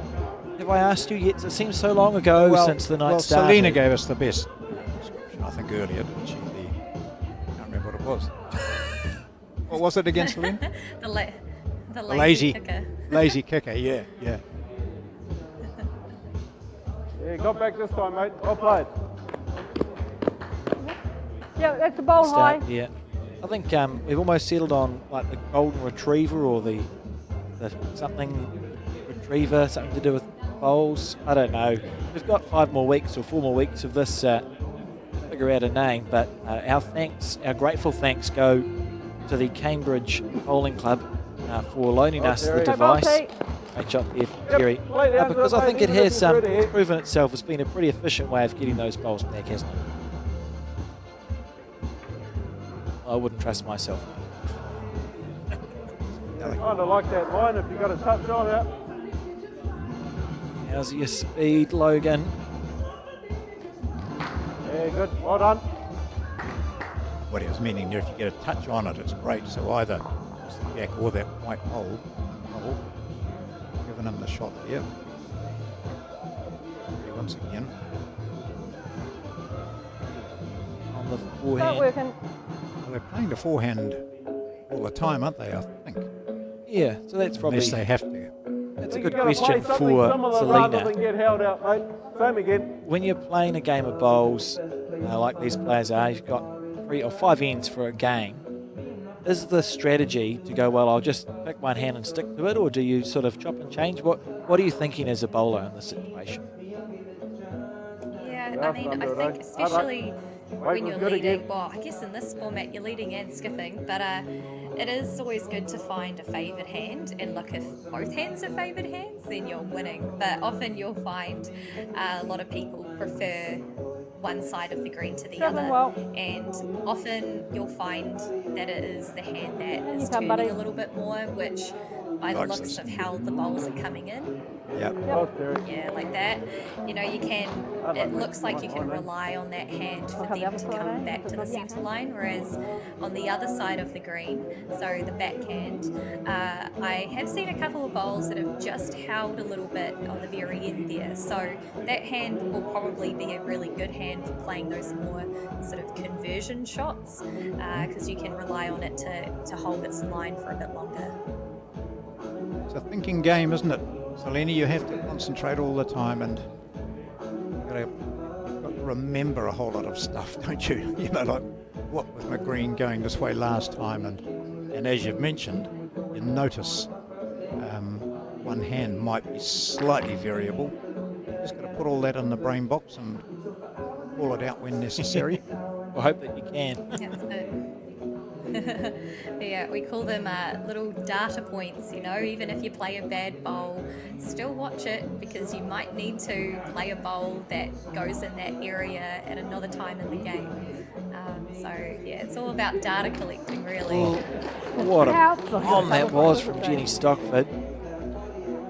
Now, here's the big point that we haven't discussed. Doesn't matter what hand You I'm might have, and I haven't been here, but it's one of those sports where men can play against women and women can play against men, and there's no advantage. I mean, here we're seeing Terry and Jenny winning this game. Last Wednesday they beat 2 male combinations to get through and win the event, and the previous night was Amy and Kirsten won. So, I mean, that's a well-played bowl that couldn't have gone worse if To you the whites have not passed. father and son combination of Dave and Logan Clark. You'll be gutted with that result. One bowl to fix it. You go more or less speed, Selena, if you are David Clark here. Now that you're 4 down. Whoa! I'm glad you got some bowls. I thought Jenny was going to hoof the jack back. Okay, so what's the answer now? Just what do they call it? Yeet it. Whatever speed you can get within a mat target of. So, yeah, any speed here is good in my opinion. They've got the back bowls, haven't they? So he needs to split these. Needs Take it the to jack. hold. Oh, gee. How did it miss that? That's the way it goes. Bowls for bowls, it's called, and that's the end of the fourth end of this second last match of the night. You've done a Terry. You've done a Terry. Jenny's got a bowl to a bowl to come. She's going to put another one in there, or she heard what you said last time. Won't be hoofing the jack back from here. Oh, finishing on Just that bring it in. nice wide side, that backhand side. How's your weight, Jenny? Logan's applauding. Bring the Anywhere bowls about there is good. 4 bowls, 4 shots. Ooh. That game's now Still out of volume. still possible. Possible, yeah. 5 the difference. What a fantastic end for them. So we saw early on where the ends are a bit scattered, it's tightening up as the players have got grips with the changing surface. We've got one end to play in the second to last match of the day. And those ones that look inviting, but I'd hate to play them because my run shot. So I hit some and I missed some. So 5 the difference as we watch this replay here of nothing. Sorry, team. 5 the difference, so you're the Clarks. You need a 5 to force an extra end, 6 to win. Stranger things have happened to bowls, but Selena, on a completely different note. We have, I mean, it's beautiful to have this broadcast on Sky Television. There'll be people watching this who may have just dabbled bowls, or maybe you've got a Christmas event, a Christmas do coming up with your workmates. What's the sole piece of advice that you could give them that's going to give those the members of the audience who are watching and going, I've got a Christmas do coming up in a week or 2 or 3 or 5, what can we give them as a bit of an advantage here? What's a piece of advice you can give them just to give them that advantage at the work do? I mean, this is going to sound really simple, but only because I've been a part of a few Christmas functions, but just little circle on the inside, just really drill that in. The amount of accidental wrong biases you can play, like you're watching this game right now and you think, right, they have them turning the right way all the time, but I assure you they have they've got a routine to make sure they're doing that. So little circle on the inside, and honestly, just go from there and don't be too hard on yourself.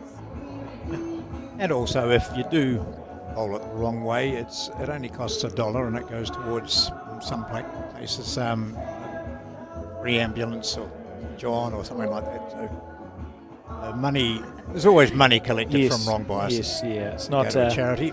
It's not absolutely horrendous. Certainly, the other people are usually happier. Right, so I've seen the jack move in this end, the last end of the second last game, 7 to 2. take some miracle shots from Dave and Logan to haul this one back, and they're playing with the white bowls, so they're holding one shot at the moment. But in comes Jenny. Get a second, so really handy bowls those.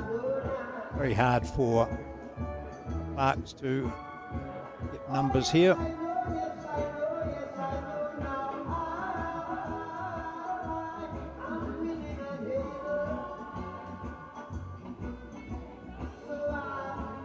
Well, there.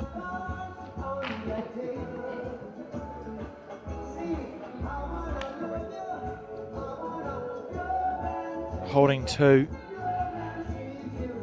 One more game to go on this third day of competition. It's the 2 teams who won the first round matches. They're all changed and ready to go, so we'll be pretty much straight into their game after this.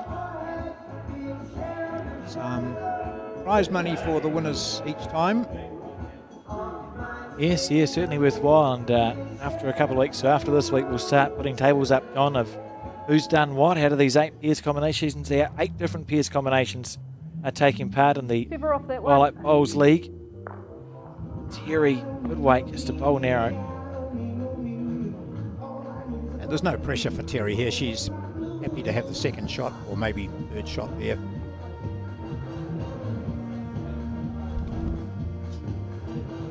On the backhand. Nice, mate. Not bad. Put up on that. Oh, I was going to sit that one. Would have been good. That would have been 3 for them. So does it still look like there's a chance here, Selena? You've been around the traps a little bit. We'll just wait till the camera cuts to the next head. I know where there's one white bowl that certainly won't come into the count. Can they get a 5?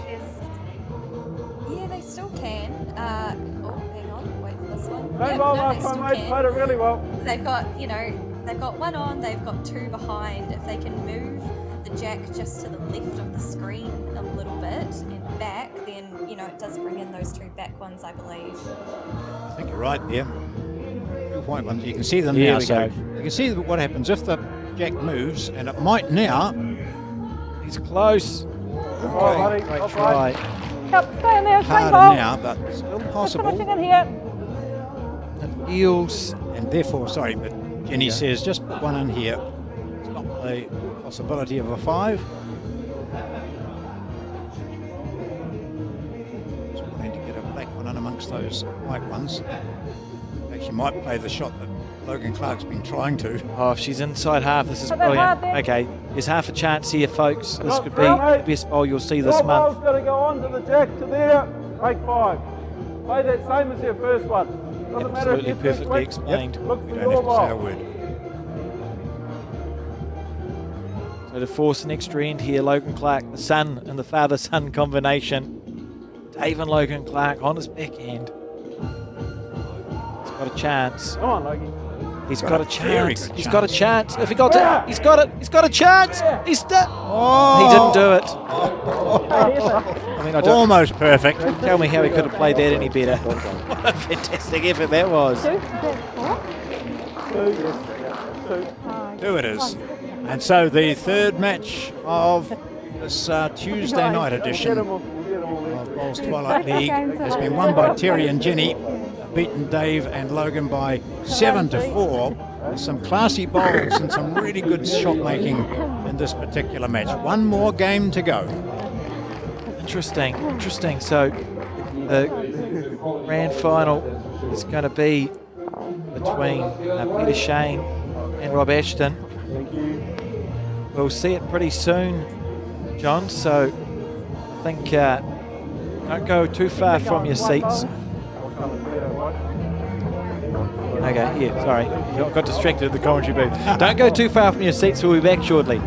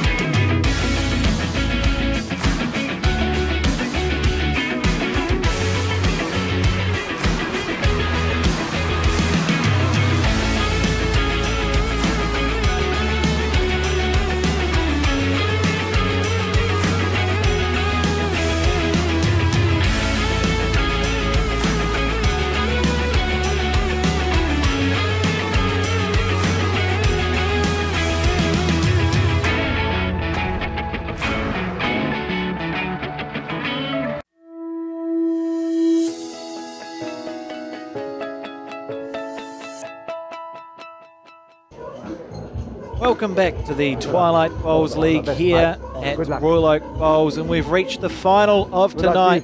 Peter Shane and Rob Ashton are going to take on Adam Bailey and Lee Warburton, and what a final it's going to be. Selena, what sort of game do you think we can expect to see here in the final tonight? It's going to be a good matchup because we know that both of these teams played really, really solid bowls to get the win earlier on. But then keeping in mind that it has been, over an hour since Peter and Rob were on the green. So I think that it will be a case of how quickly can these teams adapt, from this first end will probably give us a little bit of an indication on what way this might go. Interesting, isn't it? Because Rob and Peter played their first game when the sun was shining outside. Yeah. They've been watching, so they'll have an understanding that the green is changing.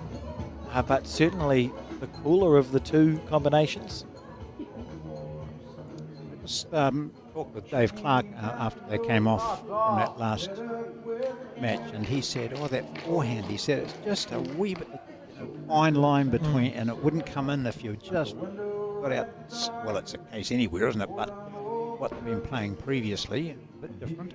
And he said, I quite like the backhand, but it was not always the shot to play, of course. I just had a little voice in my ear, John, and I don't think I'm going crazy. I think it was legitimately a voice tell me that Adam and Lee won the toss and they opted to keep the mat. Why do we think that might be?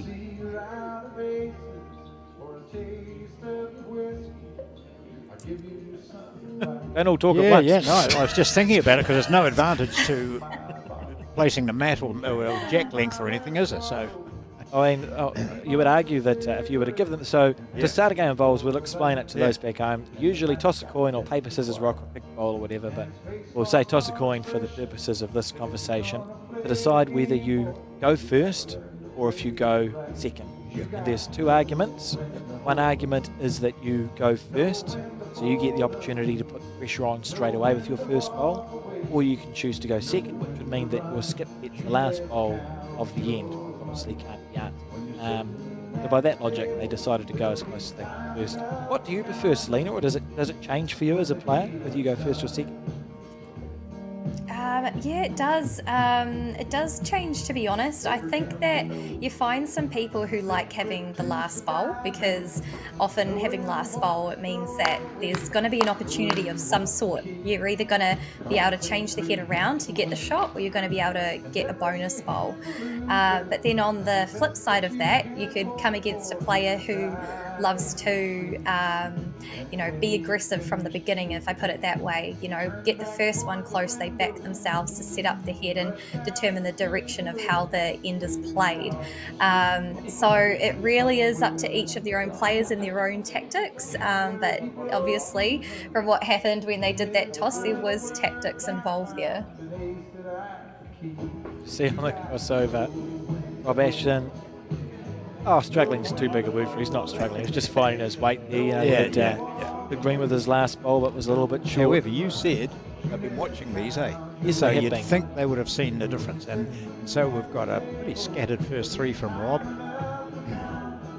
Funny enough, we played an extra end in the centre pairs at the weekend, and we were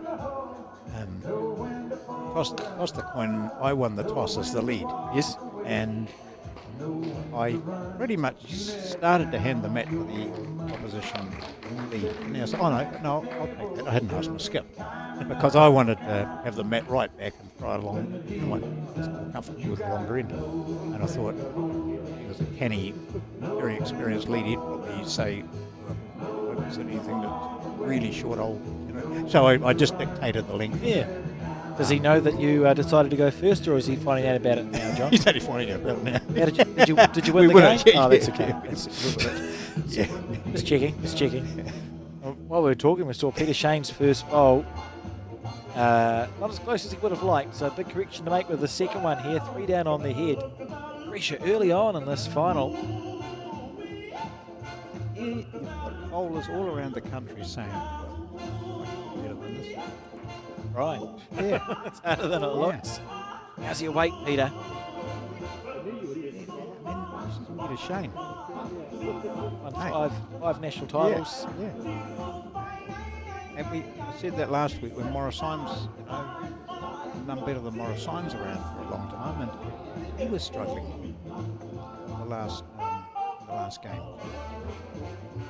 Fortunately, Briar was she wasn't struggling with anything. Oh, she played well, didn't she, last week, Briar Atkinson? Good to see her at DBL. And first end, you're holding a 4. This is potentially a dream start for Adam Bailey and Lee Warburton, but Peter Shane's got the ball on his hand that he'll be looking to mix this up with. Big pressure here. Let it go pretty good. Here we go, Peter Shane under huge pressure on the first end at the Twilight Bowls League final. He's chasing after his bowl. Kearney says, good shot. Never seen him move so fast. He's grinning and shaking his head. Look at him. So we see 2 there to Adam and Lee on the first end of this final. Lena, there's a lot of characters around, aren't there? You must have seen it over the years where some people who you play against or with, but particularly against, you think, oh, this is going to be one of those games that'll be a bit of a hoot, or it might be one that you think, oh, I don't like playing against this player, they're too serious. Those sorts of things. There's so many characters out there, aren't there? Oh, there really is. It's really entertaining to watch, to be honest. Yeah, it's really good viewing, watching some people play bowls in particular, because there are some that wear their heart on their sleeves and they're really not afraid to show it. And I mean, good on them. They've got passion for the game, and they might think it's the end of the world if their bowl doesn't get the closest to the jack. But look, it's sport. Like we're seeing in this game, it's all played in really good faith, and I think fair enough to only want to try and perform your best for yourself as well. So I know in particular Peter and Rob, they'll be putting on a really good show tonight, so for those that are down watching in person, they've definitely got the hot seats. Yeah, you can't beat it. And of course we're here every Tuesday and Wednesday night from 6:30 at Royal Oak Bowls. They have a special Twilight Bowls League menu. Hydration is available. No better place to be. A lot of activity way behind where we're Great shot. Some club is actively encouraging people to come down and have a go. Yeah, and you're come down and watch this and also have a roll up. Very friendly club and encouraging new players. absolutely welcome to do so. Green right here, but not very much. So it looks like inside those. Under a bit of pressure. I wonder, do you think we'll see Peter switch to the other side, Selena, with his third goal? I mean, potentially. It is one of those things, like, when it's just not working for you, sometimes it is better just to change than persevere, and in this format, you've got to make a quick decision. Careful. You've only got 5 ends. We'll find out soon, I suppose. Let's see. So, I reckon that's, yeah, he is switching sides. Peter Shane on the back end. And out to New Zealand at 17 years of age, Peter Shane. Country's never been the same. In the hand. Croatian descent. Very proud man. Sit. He's close here. Oh, great effort there. Maybe a quarter of a bowl narrow. Opened it up nicely though, so options here of Rob Ashton favours the forehand. He can still play that. Quite nice for him. Always Lee Warburton there in the background. He's got 1.5. Sign language there. 7th season of bowls. He grew up around bowling clubs. His mother and stepfather were good members up at Kuta Bowling Club, and he was there nearly every weekend. And he thought, well, looks like so much fun. Why not join in? Guarantee you he would have been one of the Coke and packet of chip kids. And if you're part of a bowling family, you'll know exactly what I mean when I say you get a Coke and a a packet of chips and you get to sit there and watch your parents or your grandparents watch. I fell off a seat once and broke my glasses, John, drinking a Coke and having a packet of chips when I was 7, so it was just because I was clumsy. I like I met Lee at Dino and there, and he had his bowls, which he's got. The logo is his grandfather's Yeah, birth and death. that's Lee, yeah. Oh, look at that. Oh, look at that. He's Quite a bit unlucky. showed how much. Yeah, Lee Warburton there's the man in the background. The bowls he's got his grandmother, grandfather's customised bowls. For his 18th birthday, he passed away 11 days before. The bowls he got for his 18th birthday are specially made, remembering his grandfather, and every time he gets on a green, sort of in honour of that, and it's a lovely story. Partner now, Adam, coming under those two, and he's done that nicely. Wee flick won't hurt. There's a commentator's curse, but Yeah. he's still been on a bit far, didn't it? That ball? I thought it was going to get wrecked before. They're holding three there. What do you think Peter's asking Rob to do here, Selena? Or shot. I mean, draw the shot, don't be short, surely. You know, an opportunity to make a couple out of it as well. Don't always see it as a bad thing that you're down on the head. See it as an opportunity to, you know, potentially make a number. Like, Very good bowl.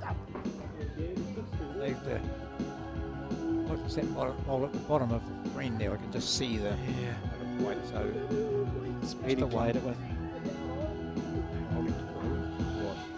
Draw that for two.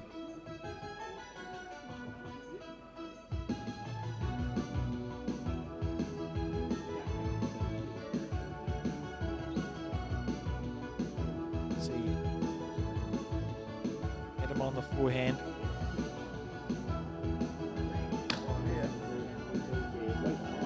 This is close here. What a bowl! What a shot! Great bowl.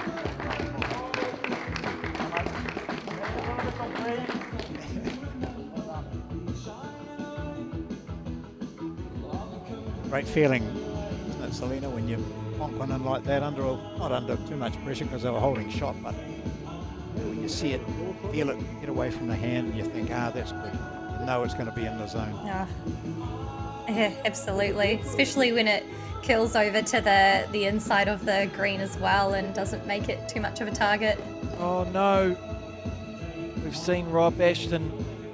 He's missed his final bowl, so out of the blocks real fast. Adam and Lee, 2.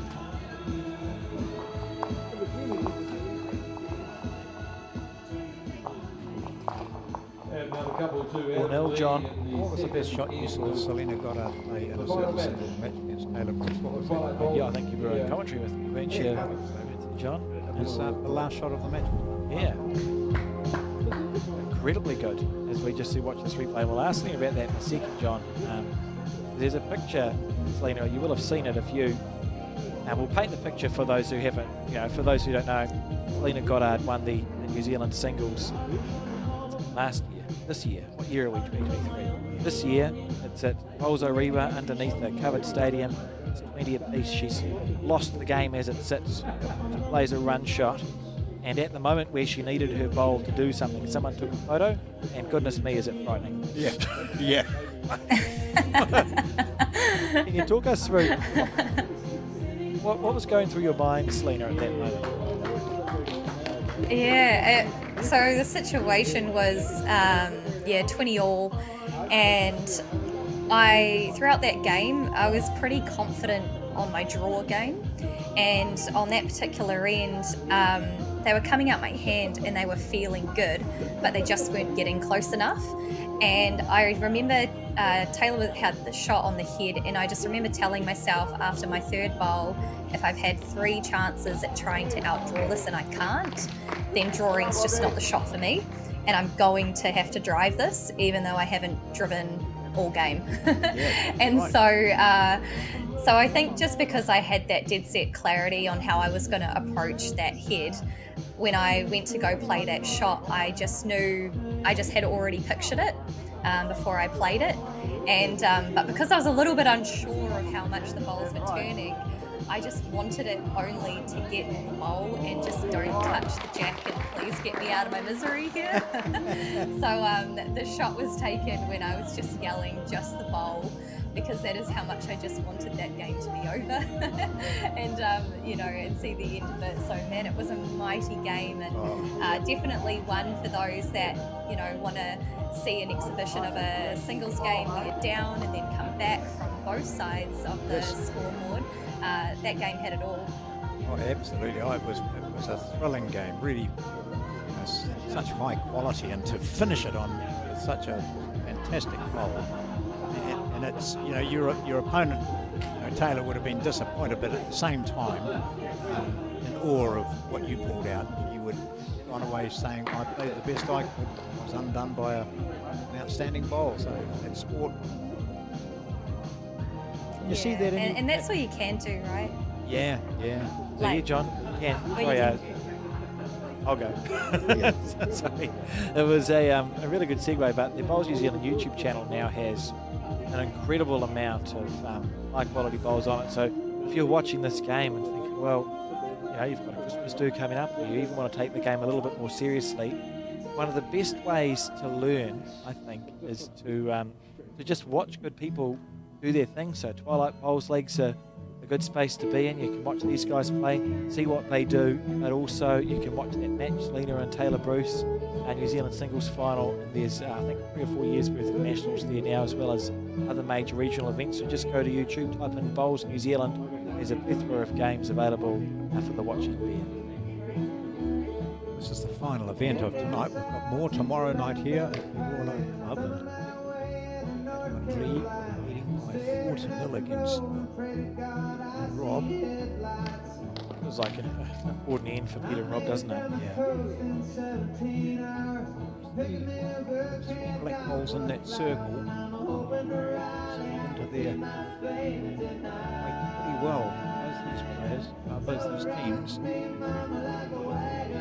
Therefore, shame to play into.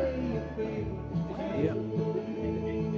Miss it by much. He's trying to be proactive and play through that gap for Adam and Lee do. It's sort of shot you think, well, my opposition's going to do it. Chess logic, if my opposition is going to do it, I may as well do it first and then get a better situation. So we'll see. Another one in there. Might just pump that white one out.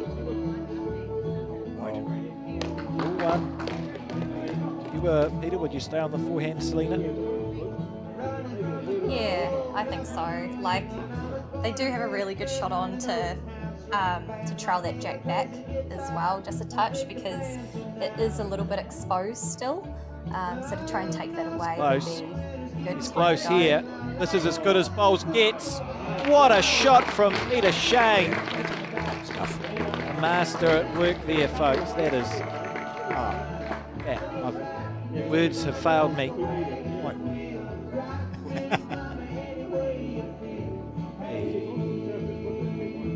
Currently it's the white lollipops up there. Makes it Ashton and Shane holding 2. They're down by 4-0.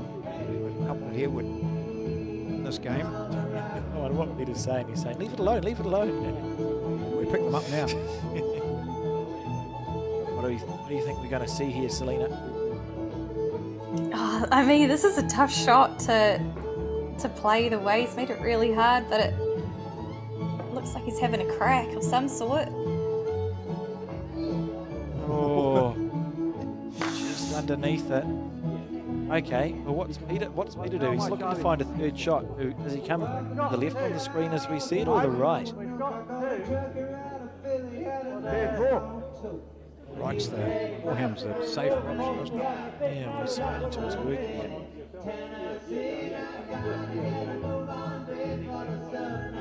He was one of these players who was tried to coach him out of the style that he was using.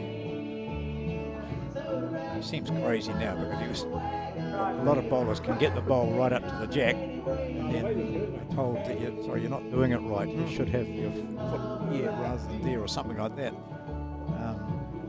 Leaves them alone, basically. Our coaching's moved on in the last 20 years, John.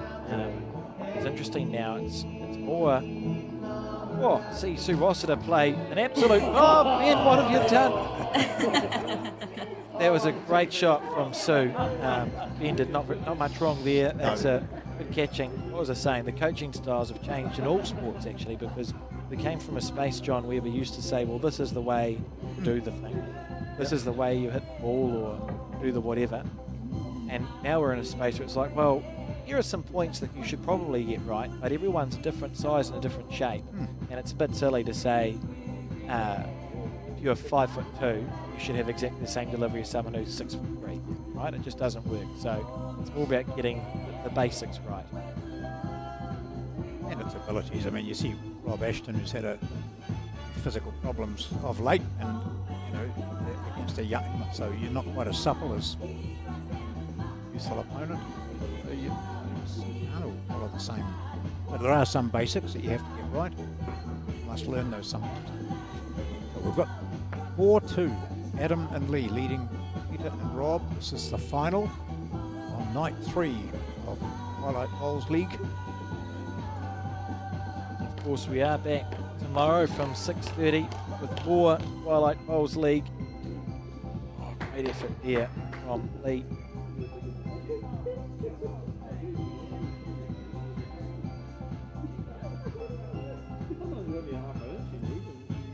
Tomorrow's games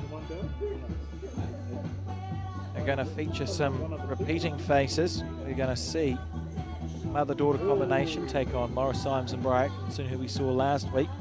Then we're going to see these two, Adam Bailey and Lee Warburton, who are fast friends and the younger brigade, take on siblings, Malika Nathan and Chad Nathan. So a good night's bowls awaiting tomorrow as well, John.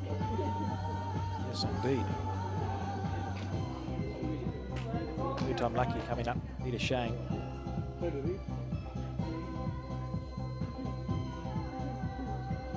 Four down the scorecard. Need to go after this. Needs this bowl to hold. His hand whips across. Is it going to stop? When's the bowl going to stop? That's pretty good, isn't it?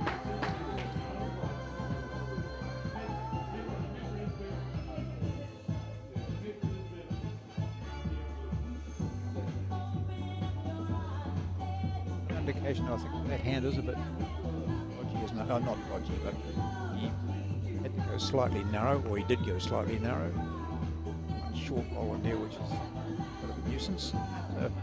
A rare loose one from Lee in this big final. He and his partner Adam, they shake hands on the way down.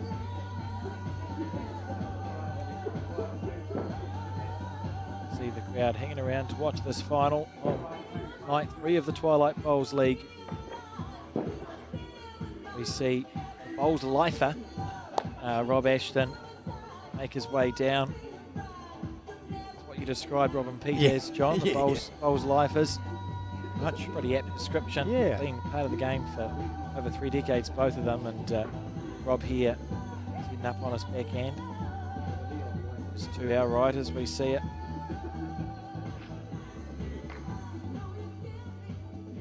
Forehand, sorry. Good commentary from me. I literally called it the wrong way.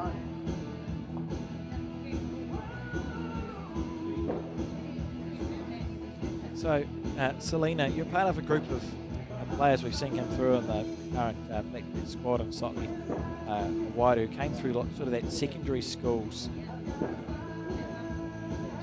competitions. What's it been like as a player for you to sort of move up the ranks alongside all your peers where you would have played your like secondary school level stuff together and then moved on and on? How's that?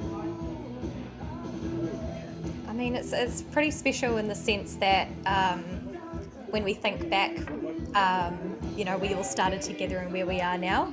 There was a really nostalgic moment actually when it was the, where were we? Mount Tambourine, Trans-Tasman. So that's when the team was myself, Nicole Toomey, Taylor Bruce, Caitlin Inch, and Val Smith. And I had a photo of myself, Taylor, Nicole, and Caitlin when we were under 18, and we played in the under 18 New Zealand team. So we actually recreated that photo, but then at that time there was a woman named Siobhan who was in the team, and then there was Val. So we actually recreated that photo, but it was cool to see that time come back. Yeah. Oh, that's a very good shot. That's the best bowl we've seen tonight. Amazing shot. Yeah. Oh, what a bowl. Yep. He was called to play that. Shot. It's so hard to play. Look at Lee. Lee Warburton's Yeah. pretty pleased.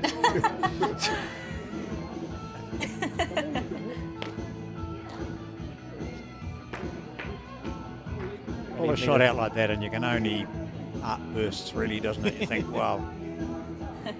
Don't even need a player mic on to see what Lee was saying. No. Top-notch stuff. So you're Robin Peter. You are 2 down. This is the second last end. Essentially game down on the head. What do you do? What do you do? You're just trying to draw the shot? You draw the shot, don't you? I mean, it looks like the easy answer for us, but the fact that they're talking about it, maybe it's not as easy as we think it might actually be playing. So we'll wait and see. They drop. It's only going to be 4. I was about to make it even more dramatic and go, well, if they drop a 5, the game will be over in 4 ends. But it's not quite that dramatic yet. So we'll just wait and see what Rob Ashton does here. Has he played the backhand all night? Nope. Oh, 3 times. Has he? Yeah. Hasn't been his first choice, has it? He'll probably say after this, he shouldn't be playing it all night. No. Oh my goodness. Well, this might be it. If he can add a bonus, this game's over. On end 4, the young guys. The young blood. Adam Bailey and Lee Warburton. This is a bowl to win the game without playing the 5th end. What a moment this could be. Has he made it? Get under it. Doesn't want to make contact. He's going to make contact. Like, Oh! What's happened?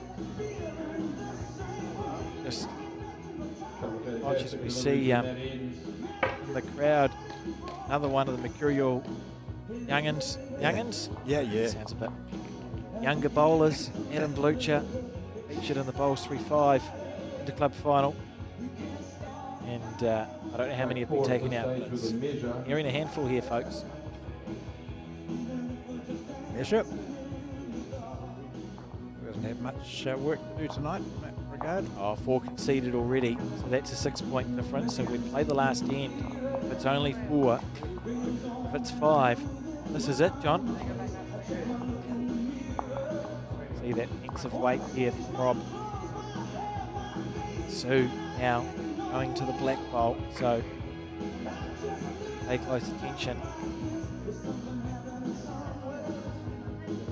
White one, I think. I think it's a white one.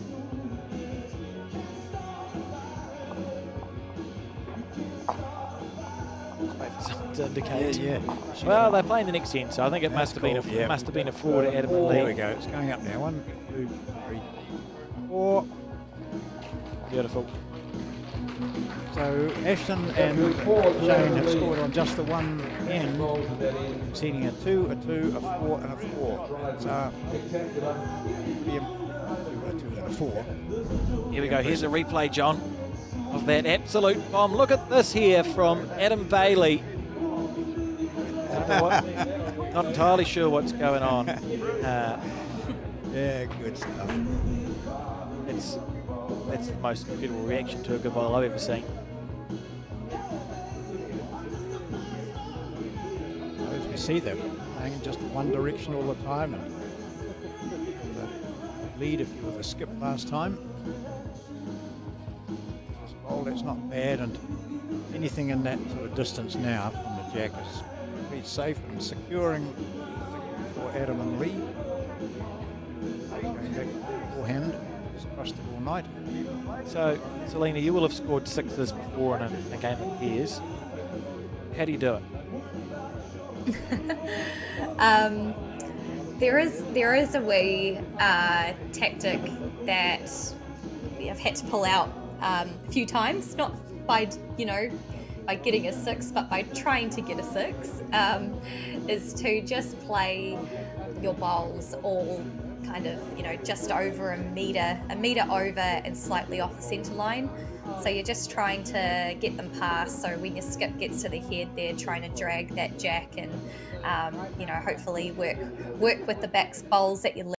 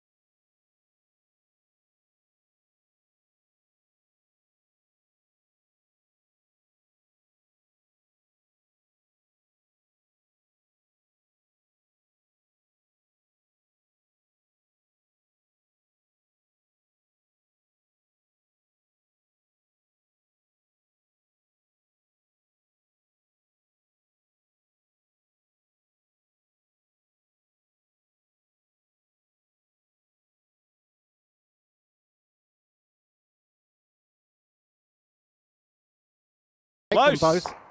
Oh, he takes one. So you see what could have happened there. Good try. Yeah. That was probably the only option he had, was to, with the way the other white bowls were placed, he just has to make sure that he doesn't take out their own black and leave them with the opportunity. Another weighted shot. That's pretty good. Right. He's going to be short too. So Not inside that. This is 1, 2, yeah, that short black onto the other black. that one onto that one. This is a close your eyes shot, isn't it, Selena? Yeah, it's just honestly, hit and hope. Yep. Yep. On the forehand, onto that black bowl and off it. Oh, it was a great effort, but not to be. So the winners of the third event in this Twilight League are Adam Bailey and Lee Warburton. They've beaten Peter Shane and Rob Ashton in the final. Both these teams won their first matches, but they are the winners on night 3.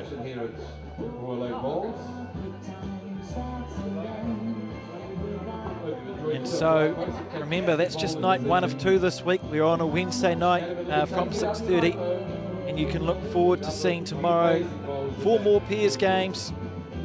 Coming up, Morris Symes and Blair Atkinson take on Kerry Blackburn and Jenny Stockford in game 1 tomorrow. Millie Nathan and Chad Nathan take on tonight's winners, Adam Bailey and Lee Warburton. We'll see you then.